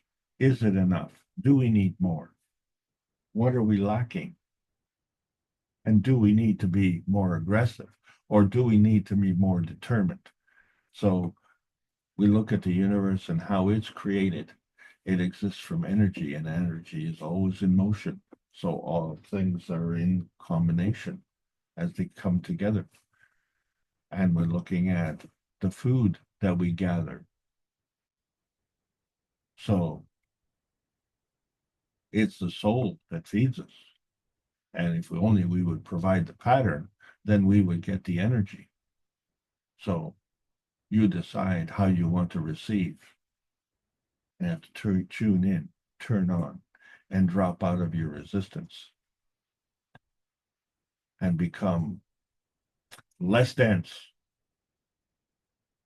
So this is where the substitution comes in, the transference of the gravitational dominance. And at that point of substitution, the intensity equals zero and the out-tensity equals zero, right? So now we're crossing over, but the gravitational conformation remains. And if that gravitational conformation becomes overcommitted, then it dissolves. And so that substitution point is within the black hole field, because it allows us to step through the various densities. So yes, we started at the atomic state and go to the monatomic and the polyatomic and the plasmatic state, and each of them becomes less and less and less dense. And then we can go one step beyond. Well, what happens on the other side where we have to break through the Coulomb barrier?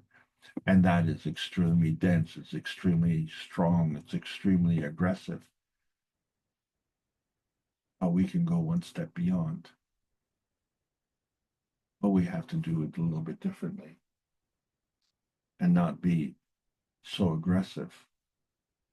But we need to be more determined and understand that our forcefulness is an inertia field. So here we are beyond the Sanya, which was our meeting of last year. The forces come together and we created gold. And it represented part of the Earth space consistency, whether you were in North America or in the Far East Asia. It doesn't matter.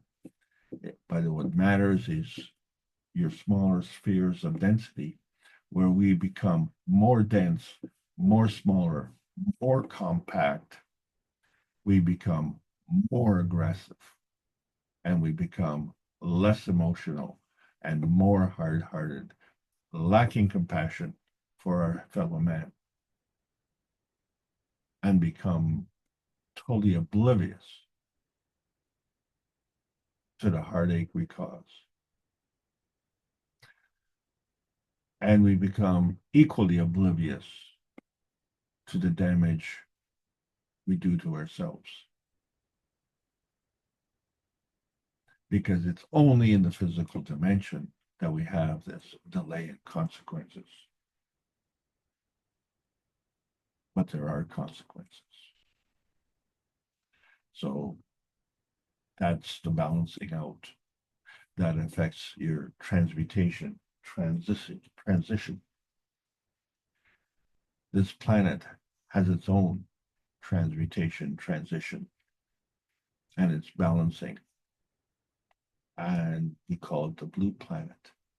And it's thanks to the anomaly where water, as it becomes more dense, as it becomes more gravitational, it literally becomes ice. But it is not as dense. It becomes a universal solvent. And it's a major component of our existence on this planet. And it's a major component of peace on earth. There are many points on the field strength of the dove, and we need to find and research the Keshe space plasma, because we're only at the beginning. We're only scratching the surface, if you will. We need to dig down into the more dense layers and find the wonders that are hidden from us. It's not to be more aggressive, it's to be more determined. And as we're learning with the transmutation flight training sessions, how to achieve this transcendence. We're in the third month of a 3-month series. And we have students that are advancing very rapidly, understanding the transmutation, which is the range transition which transcends the inertia field of the transmutation dimensions. So the laws of conservation govern covalent, trivalent, tetravalent bonding attributes, but the containment of inertia is manifest through the contention of equality. And the soul of man cannot be abandoned or compromised. That's the anomaly. So the color of man is based on the integration with the soul of the man. This is the intensity and integrity of man. And we can see the level of the density of the man by the color, not of the skin, but of the true intention, whether it's peaceful or whether it's aggressive. And we can see that. If only we would put up our antennas to understand the message feeding and the feedback manifestation, tune our transmission, transition. Because that transition is dependent on the selection of one force, which is magnetical imbalance, by the forced selection of another gravitational force. So the force is forced through the forcefulness, and the resulting selections feed the Magrav manifestation. So this selection manifestation is predetermined. If we would only enlarge our schemes of reference, so that means it's bigger, that means it's less dense, and your emission of intention consistently affects the standard folding deviation and leaves no room for war. But choosing the peace dome of intention, which is the least dense, so this transmutation manifests in balance with the peace dome. That will eliminate the aggression, which we mistakenly refer to as our anchorage, because the soul is anchored to the blood and the blood is anchored to the earth. And so we seem to attribute that to the gravitational density. And then we question, are we hot-blooded or warm-blooded or cold-blooded? We have to understand that it's peace and harmony and the greater oneness that are the primary attribute, the forceful attribute for the anchorage to this planet. So we have to augment our reality, augment by increase, to understand that there's a flux and a flow towards, to, into, within, through, out of, and from every charge, every form, all mass, matter, or substance. So we need to intensify and extensify what we are. We're talking about a balance here. We are, and we need to be connected. So that connection supports the flux of the continuous change. And that connection is hooked on life.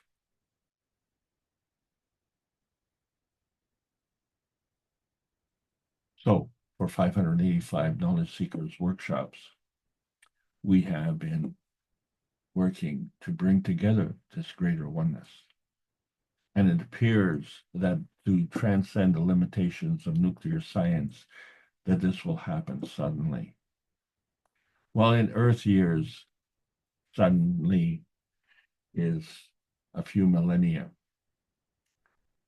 But in the universal time frame, it's very sudden, and it will happen.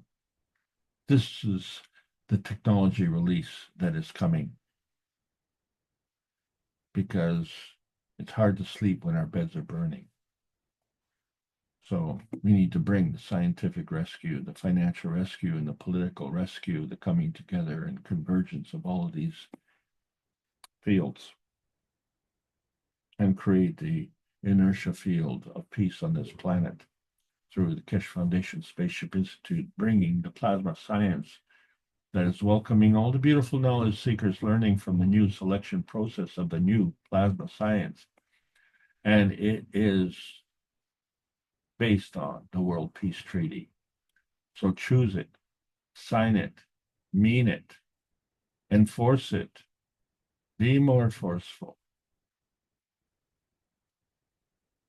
Is the moment and the momentum of inertia a paradigm starter or a stopper?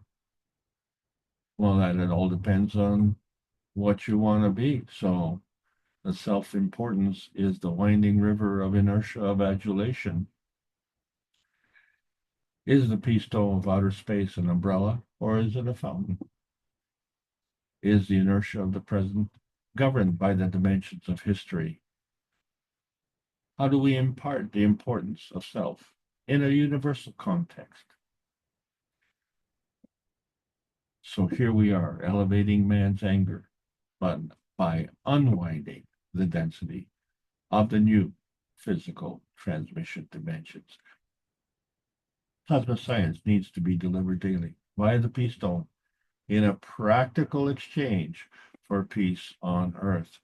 And that is the welcome mat to the new outer space age. And thank you all for allowing me to present. I hope you enjoy this trip.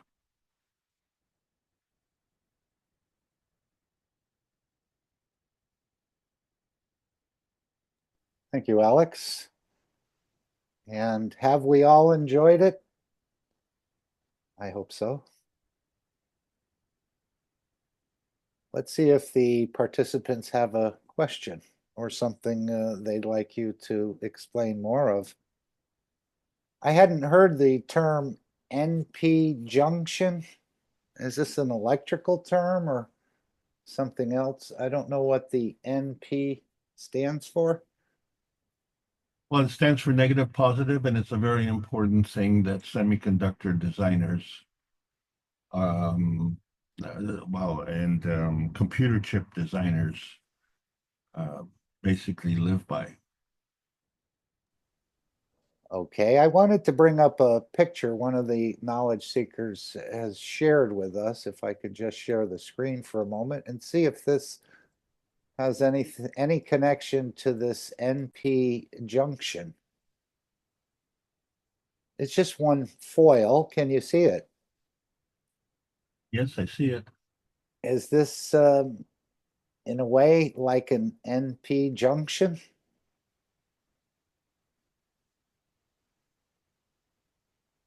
I know it's something for us to practice with, learning to give and receive energies. Well, let's see if you can figure it out. Is we have here, oh, CO9 GANs. CO2. Oh, it is? Okay. And CH3 GANs.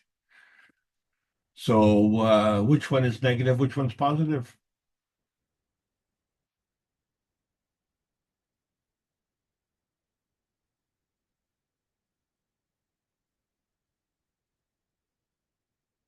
Oh, Mark, you don't want to wade into the deep water, do you, eh? No, I'm going to let the others do that. Okay, drop the C. So now you have O2 and H3.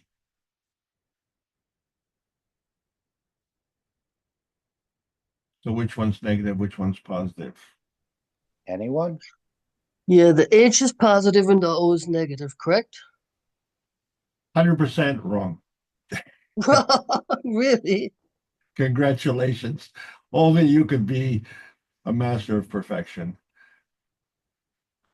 So based on surface to volume ratios. Oh, surface to volume. That's a charge. Now you're 100% correct. It's amazing how you can flip-flop like that. So by mass, oxygen is 8 and hydrogen is 1. So 2 times oxygen is 16. 3 times hydrogen is 3. So the CH3 is negative and the CO2 is positive. Okay.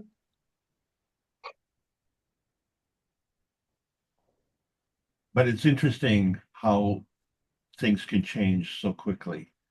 And so thank you for that demonstration. That is, Yes. no, it's extremely important. I'm not making a jest of this. It's extremely important. And this is the problem even the Keshe Foundation has had. And so, when I first learned about advanced science, this was a tough thing to learn because I think I was just an ordinary student. I wasn't a scientist by any stretch. And so what I learned was the basic science. And what I was learning about advanced science, it was opposite to the way that I was looking at it. And you confirm that. So now we look at it the other way, and it's exactly what Mr. Keshe has been talking about in the last few sessions. We have enough resistance coming from people who have vested interests, but the resistance coming from academia is just unbelievable because it defies the whole purpose of academia. It's to learn. Well, if you learn that what you know is not correct, why are you resentful of that? You should be happy to have received that. So that resistance should be dissolved, not reinforced. So in order to overcome that, we don't have to be aggressive. We just have to be more determined. And that determination comes from our grounding, our gravitational force in terms of our knowledge. And then from there, we can teach. And so all of us need to take away what we can understand, what we can communicate with, and be successful in broadcasting our determination to bring peace on this planet, each of us in our own way. And we should be confident in the truthfulness of that, because I think each and every one of us who are normal, when I say normal, not hard-hearted, but warm-hearted, not cold-blooded, okay, but red-blooded. And I have another question in relationship to that. And that is, I am in a position where I need to make a decision. I have a suspicion that I may be taken advantage of my warm-heartedness. So where do I put my foot down? And where do I need to be soft-hearted?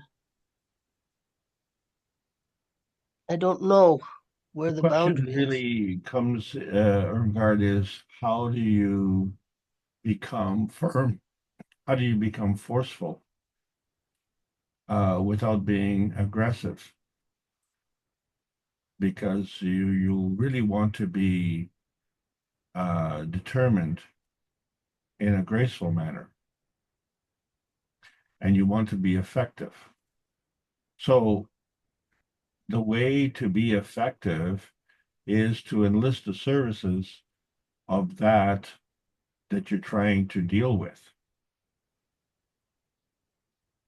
So I, on a public channel, I don't want to discuss about your personal thing, but if we look at how the Keshe Foundation is trying to rationalize with the threat of World War III, we have to engage all the parties into a diplomatic discussion.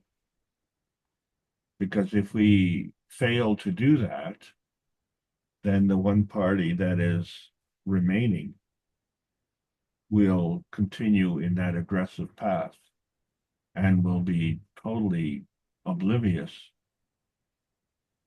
Now, are they incorrigible? Probably. But is there a way to deal with it? There is. It's just we have to dig deeper to find the solution. Because aggressiveness will meet aggressiveness. So that's not the objective. The objective is to have a decisive action that is fulfilling your determination. So is there a way that you can engage the other party in such a way that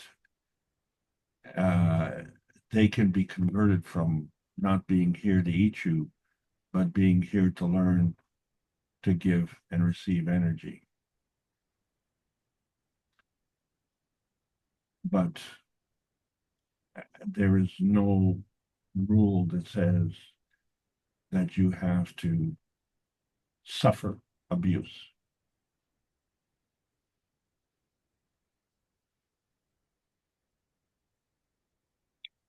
Okay, thank you.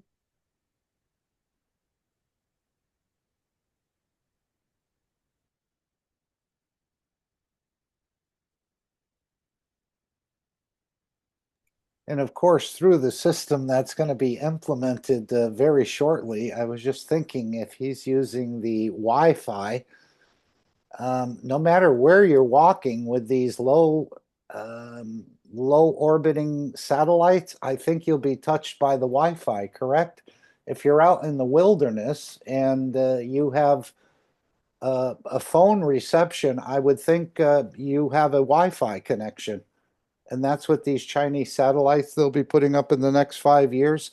And this will bring a peaceful condition to the man, as well as feeding. And I think just the feeding alone by itself will create a different structure in a way, and different emotions within us. So I think the aggressiveness, again, this is a chemotherapy on a plasmatic level. You'll be affected without you even knowing it. Every being will be. So this is why Mr. Keshe wants one of the channels on some of the satellites. that are coming up either from Musk or the probably Huawei. The Chinese government is going to be launching a number of them, and this will create that beautiful field that we need for elevation in a way. This is what I'm feeling. And as he said, if you're in that environment and the woman in the Sahara Desert cannot afford the cell phone, but there is a Wi-Fi there, this will be all it takes, I believe. But we'll see. Any other thoughts on that? Well, I think it's very appropriate, Mark, what you've done here. It really dovetails with our conversation today. Yeah, I haven't, another knowledge seeker created this for us all to enjoy. And as it says here, I'm not here to eat you. I'm here to learn, to give, and receive energy. And what I'd like to add, and I think Mr. Keshe said, and to enjoy your beauty. And this is the ethos I think we'll carry into the universe. We're not here to destroy. If you need something, we can give it. I can receive energy.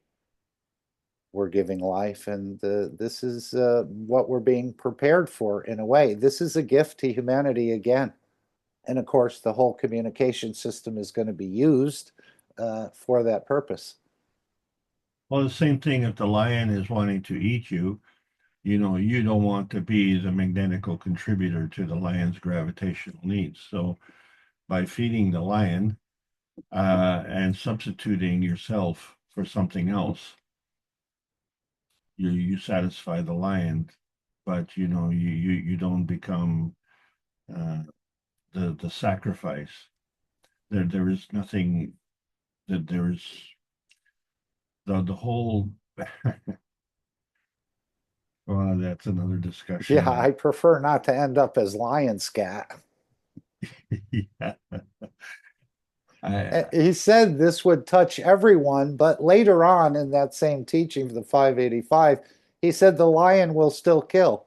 So maybe there's a room there for future development for the animals and the rest.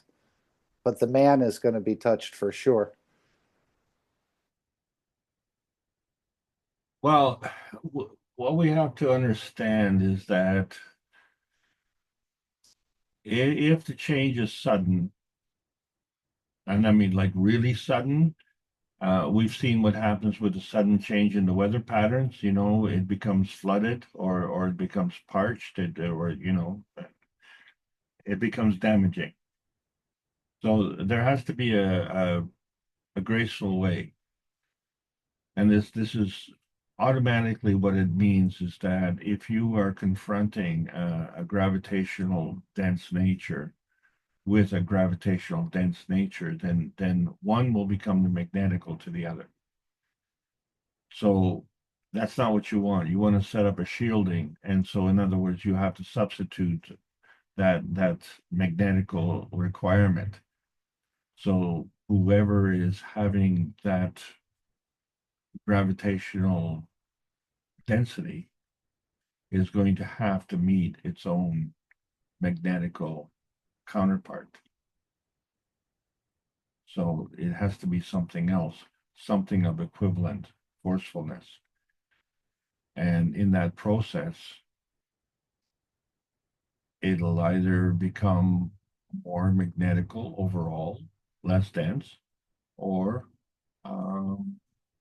that situation will extinguish itself. Either way, there will be a diminishing, and then that becomes easier to deal with. So, you know, it's kind of I had a problem with a furnace. Someone had put a furnace in the greenhouse, and this furnace was iron. It was cast iron, and it was extremely heavy, tonnage, and it was extremely strong, very dense.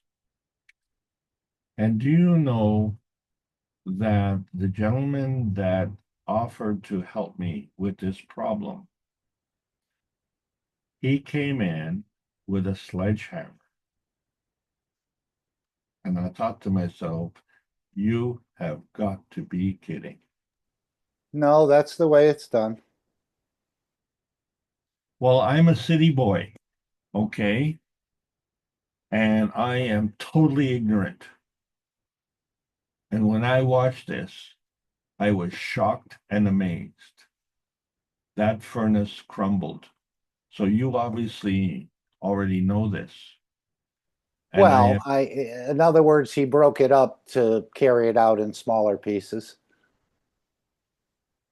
yeah, but the tool that he used was so, archaic, like a sledgehammer. Like, wow, that you could break that thing up. I was amazed. I was amazed at how the wrought iron furnace gave way to the forcefulness of my friend. It was truly amazing. He just needed a little bit of elbow grease and determination, and he overcame this obstacle piece by piece. And then each piece became easy to deal with. Right. He might have gotten that sledgehammer from Rick. Rick has a number of magic hammers. Well, it just demonstrates the point, okay, and it just shows that there are ways and means to deal with it, and I was thinking maybe a big high hole coming in there with chains and just dragging the thing out, but in that process, it would have destroyed the greenhouse as well because the greenhouse was built around the furnace, and it wasn't just a small structure. It was quite a complex structure. So I didn't want the structure to be destroyed for the sake of this thing, but it was an obstruction. It had outlived its usefulness. And lo and behold, the easiest, simplest thing, a little bit of sweat, a little bit of muscle, and a big sledgehammer, and it was gone. And it was wonderful. And you know what? He made a lot of money as he took it to the scrapyard. And with that money, he bought a wedding present for his wife, an anniversary wedding present. How good was that? That was excellent. And of course, we have a number of hard-boiled or hard-headed scientists as well as the man. I don't think we'll be using any sledgehammers, but there is another technique that'll be employed. I think we're all aware of it. So, Alex, do you want to take the screen back? Let me. So I want to thank everybody for allowing me to present. I think it's been a wonderful experience. I'm having a hard time containing my excitement. For some reason, the events coming within the next week, for a lot of people, I guess it's an important time because it's Easter. But I think there are other important events that will be happening simultaneously. So Yes, this is the time where Christ showed us the transmutation, but we all missed it in so many ways. Let me just bring up Mr. Keshe's most recent post on the X platform. And of course, you can follow Mr. Keshe on X and look at his various posts. But this is a new one that I hadn't seen. I'm not sure when it was posted, but in the recent, very recent period. So this fella Sawyer Merritt asked, SpaceX offers up to 25,000 K to security researchers who can hack Starlink. Of course, this is his low-level satellites as I understand it. Mr. Keshe responds, hacking or disabling? We take up the challenge and or to disable any satellite of SpaceX. We offer SpaceX $1 million US if they could ever recover their satellites. We are ready to take this challenge up and disable multi-satellites at the same time we choose the time and the place. We did not develop this technology for capturing satellites, but to extract meteors and asteroids, and possibly in the future to capture unknown flying objects in space before they crash into our flight systems in space. And of course, this is what Mr. Keshe said the cosmic ray material was originally created for. In a way, the strategic defense of Earth. I just added that in on my own. We continue with the post. We can either magnetically block all communications in a given area of our choice, covering hundreds of square kilometers of airspace and up to above Earth atmosphere. This technology in parts was tested in May and July of 2023 in northern China, in the presence of the Chinese military generals appointed from Central Command. This technology has to be available to all nations as we collectively become conquerors of space in the coming years. This new technology, this new advanced technology in parts, will be brought to the attention of scientific world starting April, May of 2025. We wait for response from SpaceX and its operators if you have access to them or if they read this article.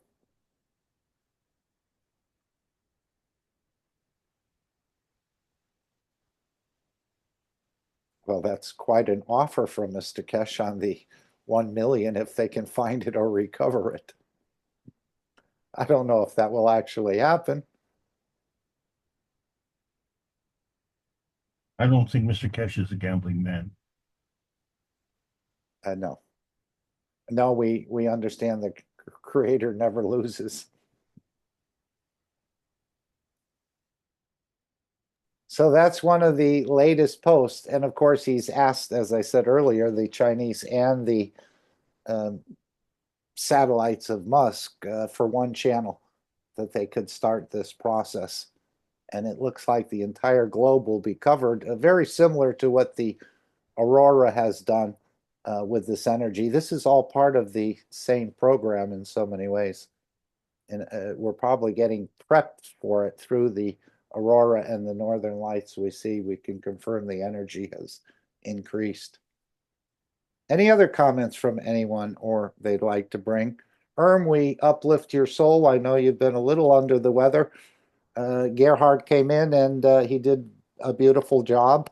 I know you came in after that, so I think he came and left by the time you arrived. But thank you for your offer of translation. I just slept right through from after the morning session till 2 o'clock, so I'm sorry about that. Beautiful. No, you're here on the soul level. We all are. Any other thoughts or questions anyone would like to bring up? Just a reminder that tomorrow, Monday, 4 p.m. Central European Summertime, is the monthly testimonial meeting with Rick. So if you have any testimonials, small or large, and of course, I think Gerhard may appear there as well tomorrow. So this was one of our wishes, that the testimonials increase, and as more and more people, I think, order and work with the products in the store. And then, of course, as this feeding system comes in and taking out the killing out of the man, I think we'll see more and more people becoming peaceful, maybe even walking away from many of the practices, such as slaughtering of animals, that may start to diminish as some people working in these environments will say, I just don't want to do this anymore. The same way, in a way, the man who beheads other men in certain countries there, the executioner, usually after a period of time, they break down quite a bit and they can't continue in that position. So I think with the elevation and the energies that are coming in, many people will walk away from the killing aspect of perhaps the profession they're involved in. It'll come to some sort of realization and they don't want to do it anymore.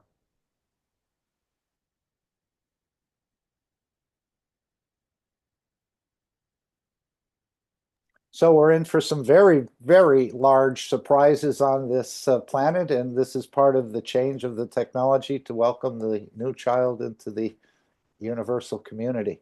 May take some time, but I think this will go a bit quicker than we're anticipating.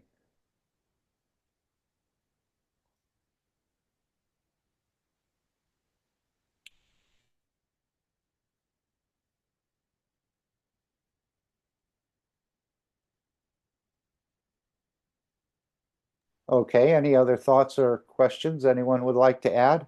I'm going to play the final disclaimer and the meeting will come to an end. Thank you, Alex, for a very beautiful teaching. And of course, the three wise men who brought gifts to the Christ child, which again, the Christians all missed. As we read in the holy books, the incense, the oils, and the gold were the supposed gifts, all in physicality. But as we know, these three wise men brought gifts of the ethos of Mitra, which you can apply and create shielding for yourself on a regular basis. And that is, of course, as we all know, the thinking, speaking, and acting good. So thank you, three wise men, for sharing those gifts, but it's up to you to apply it and work with it. It's easier, as we all know, it's easier said than done. But it's very achievable.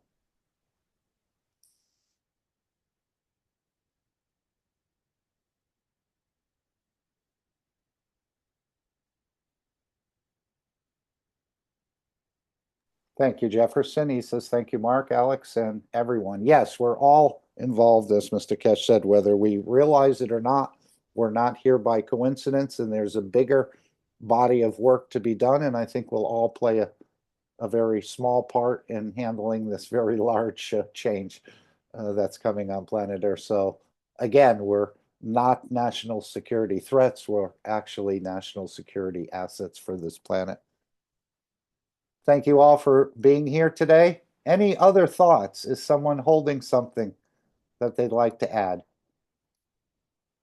If not, we will close with the disclaimer of the Keshe Foundation, the beautiful disclaimer.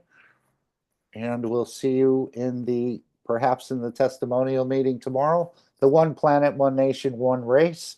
And of course, as Mr. Keshe said, we're planning in conjunction with the Keshe Foundation to deliver that promise of the Universal Council, which is to feed our citizens. And I believe this means all the citizens on planet Earth, including the plants and the animals and the rest. But we'll have to see. But man is certainly being prepared to be touched in a bigger way than has ever happened on this planet, because the decision's been made to bring us into the universal community, as you choose, of course. Thank you all for being here. Have an amazing rest of your day. Thank you, Alex, for presenting. And we'll see you in one of the upcoming sessions. Thank you all again. Let's make sure we're sharing this properly.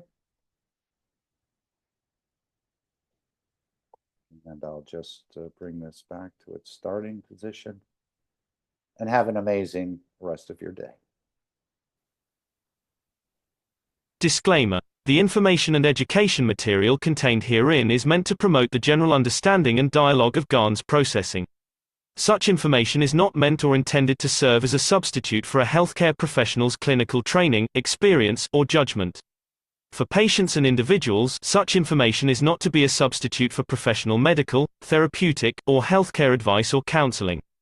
For medical issues or concerns, including decisions about medications and other treatments, readers, viewers, listeners should always consult their physician or, in serious cases, seek immediate assistance from emergency personnel.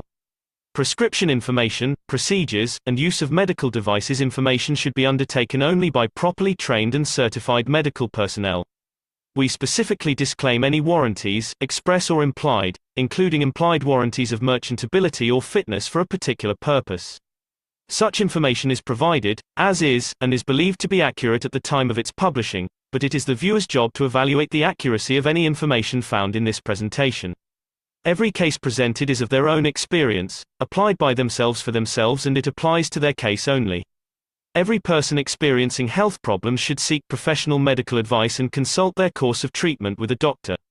The processes of plasma balancing described herein are a natural process which supports the body but does not replace medical advice or therapies one is already subject to.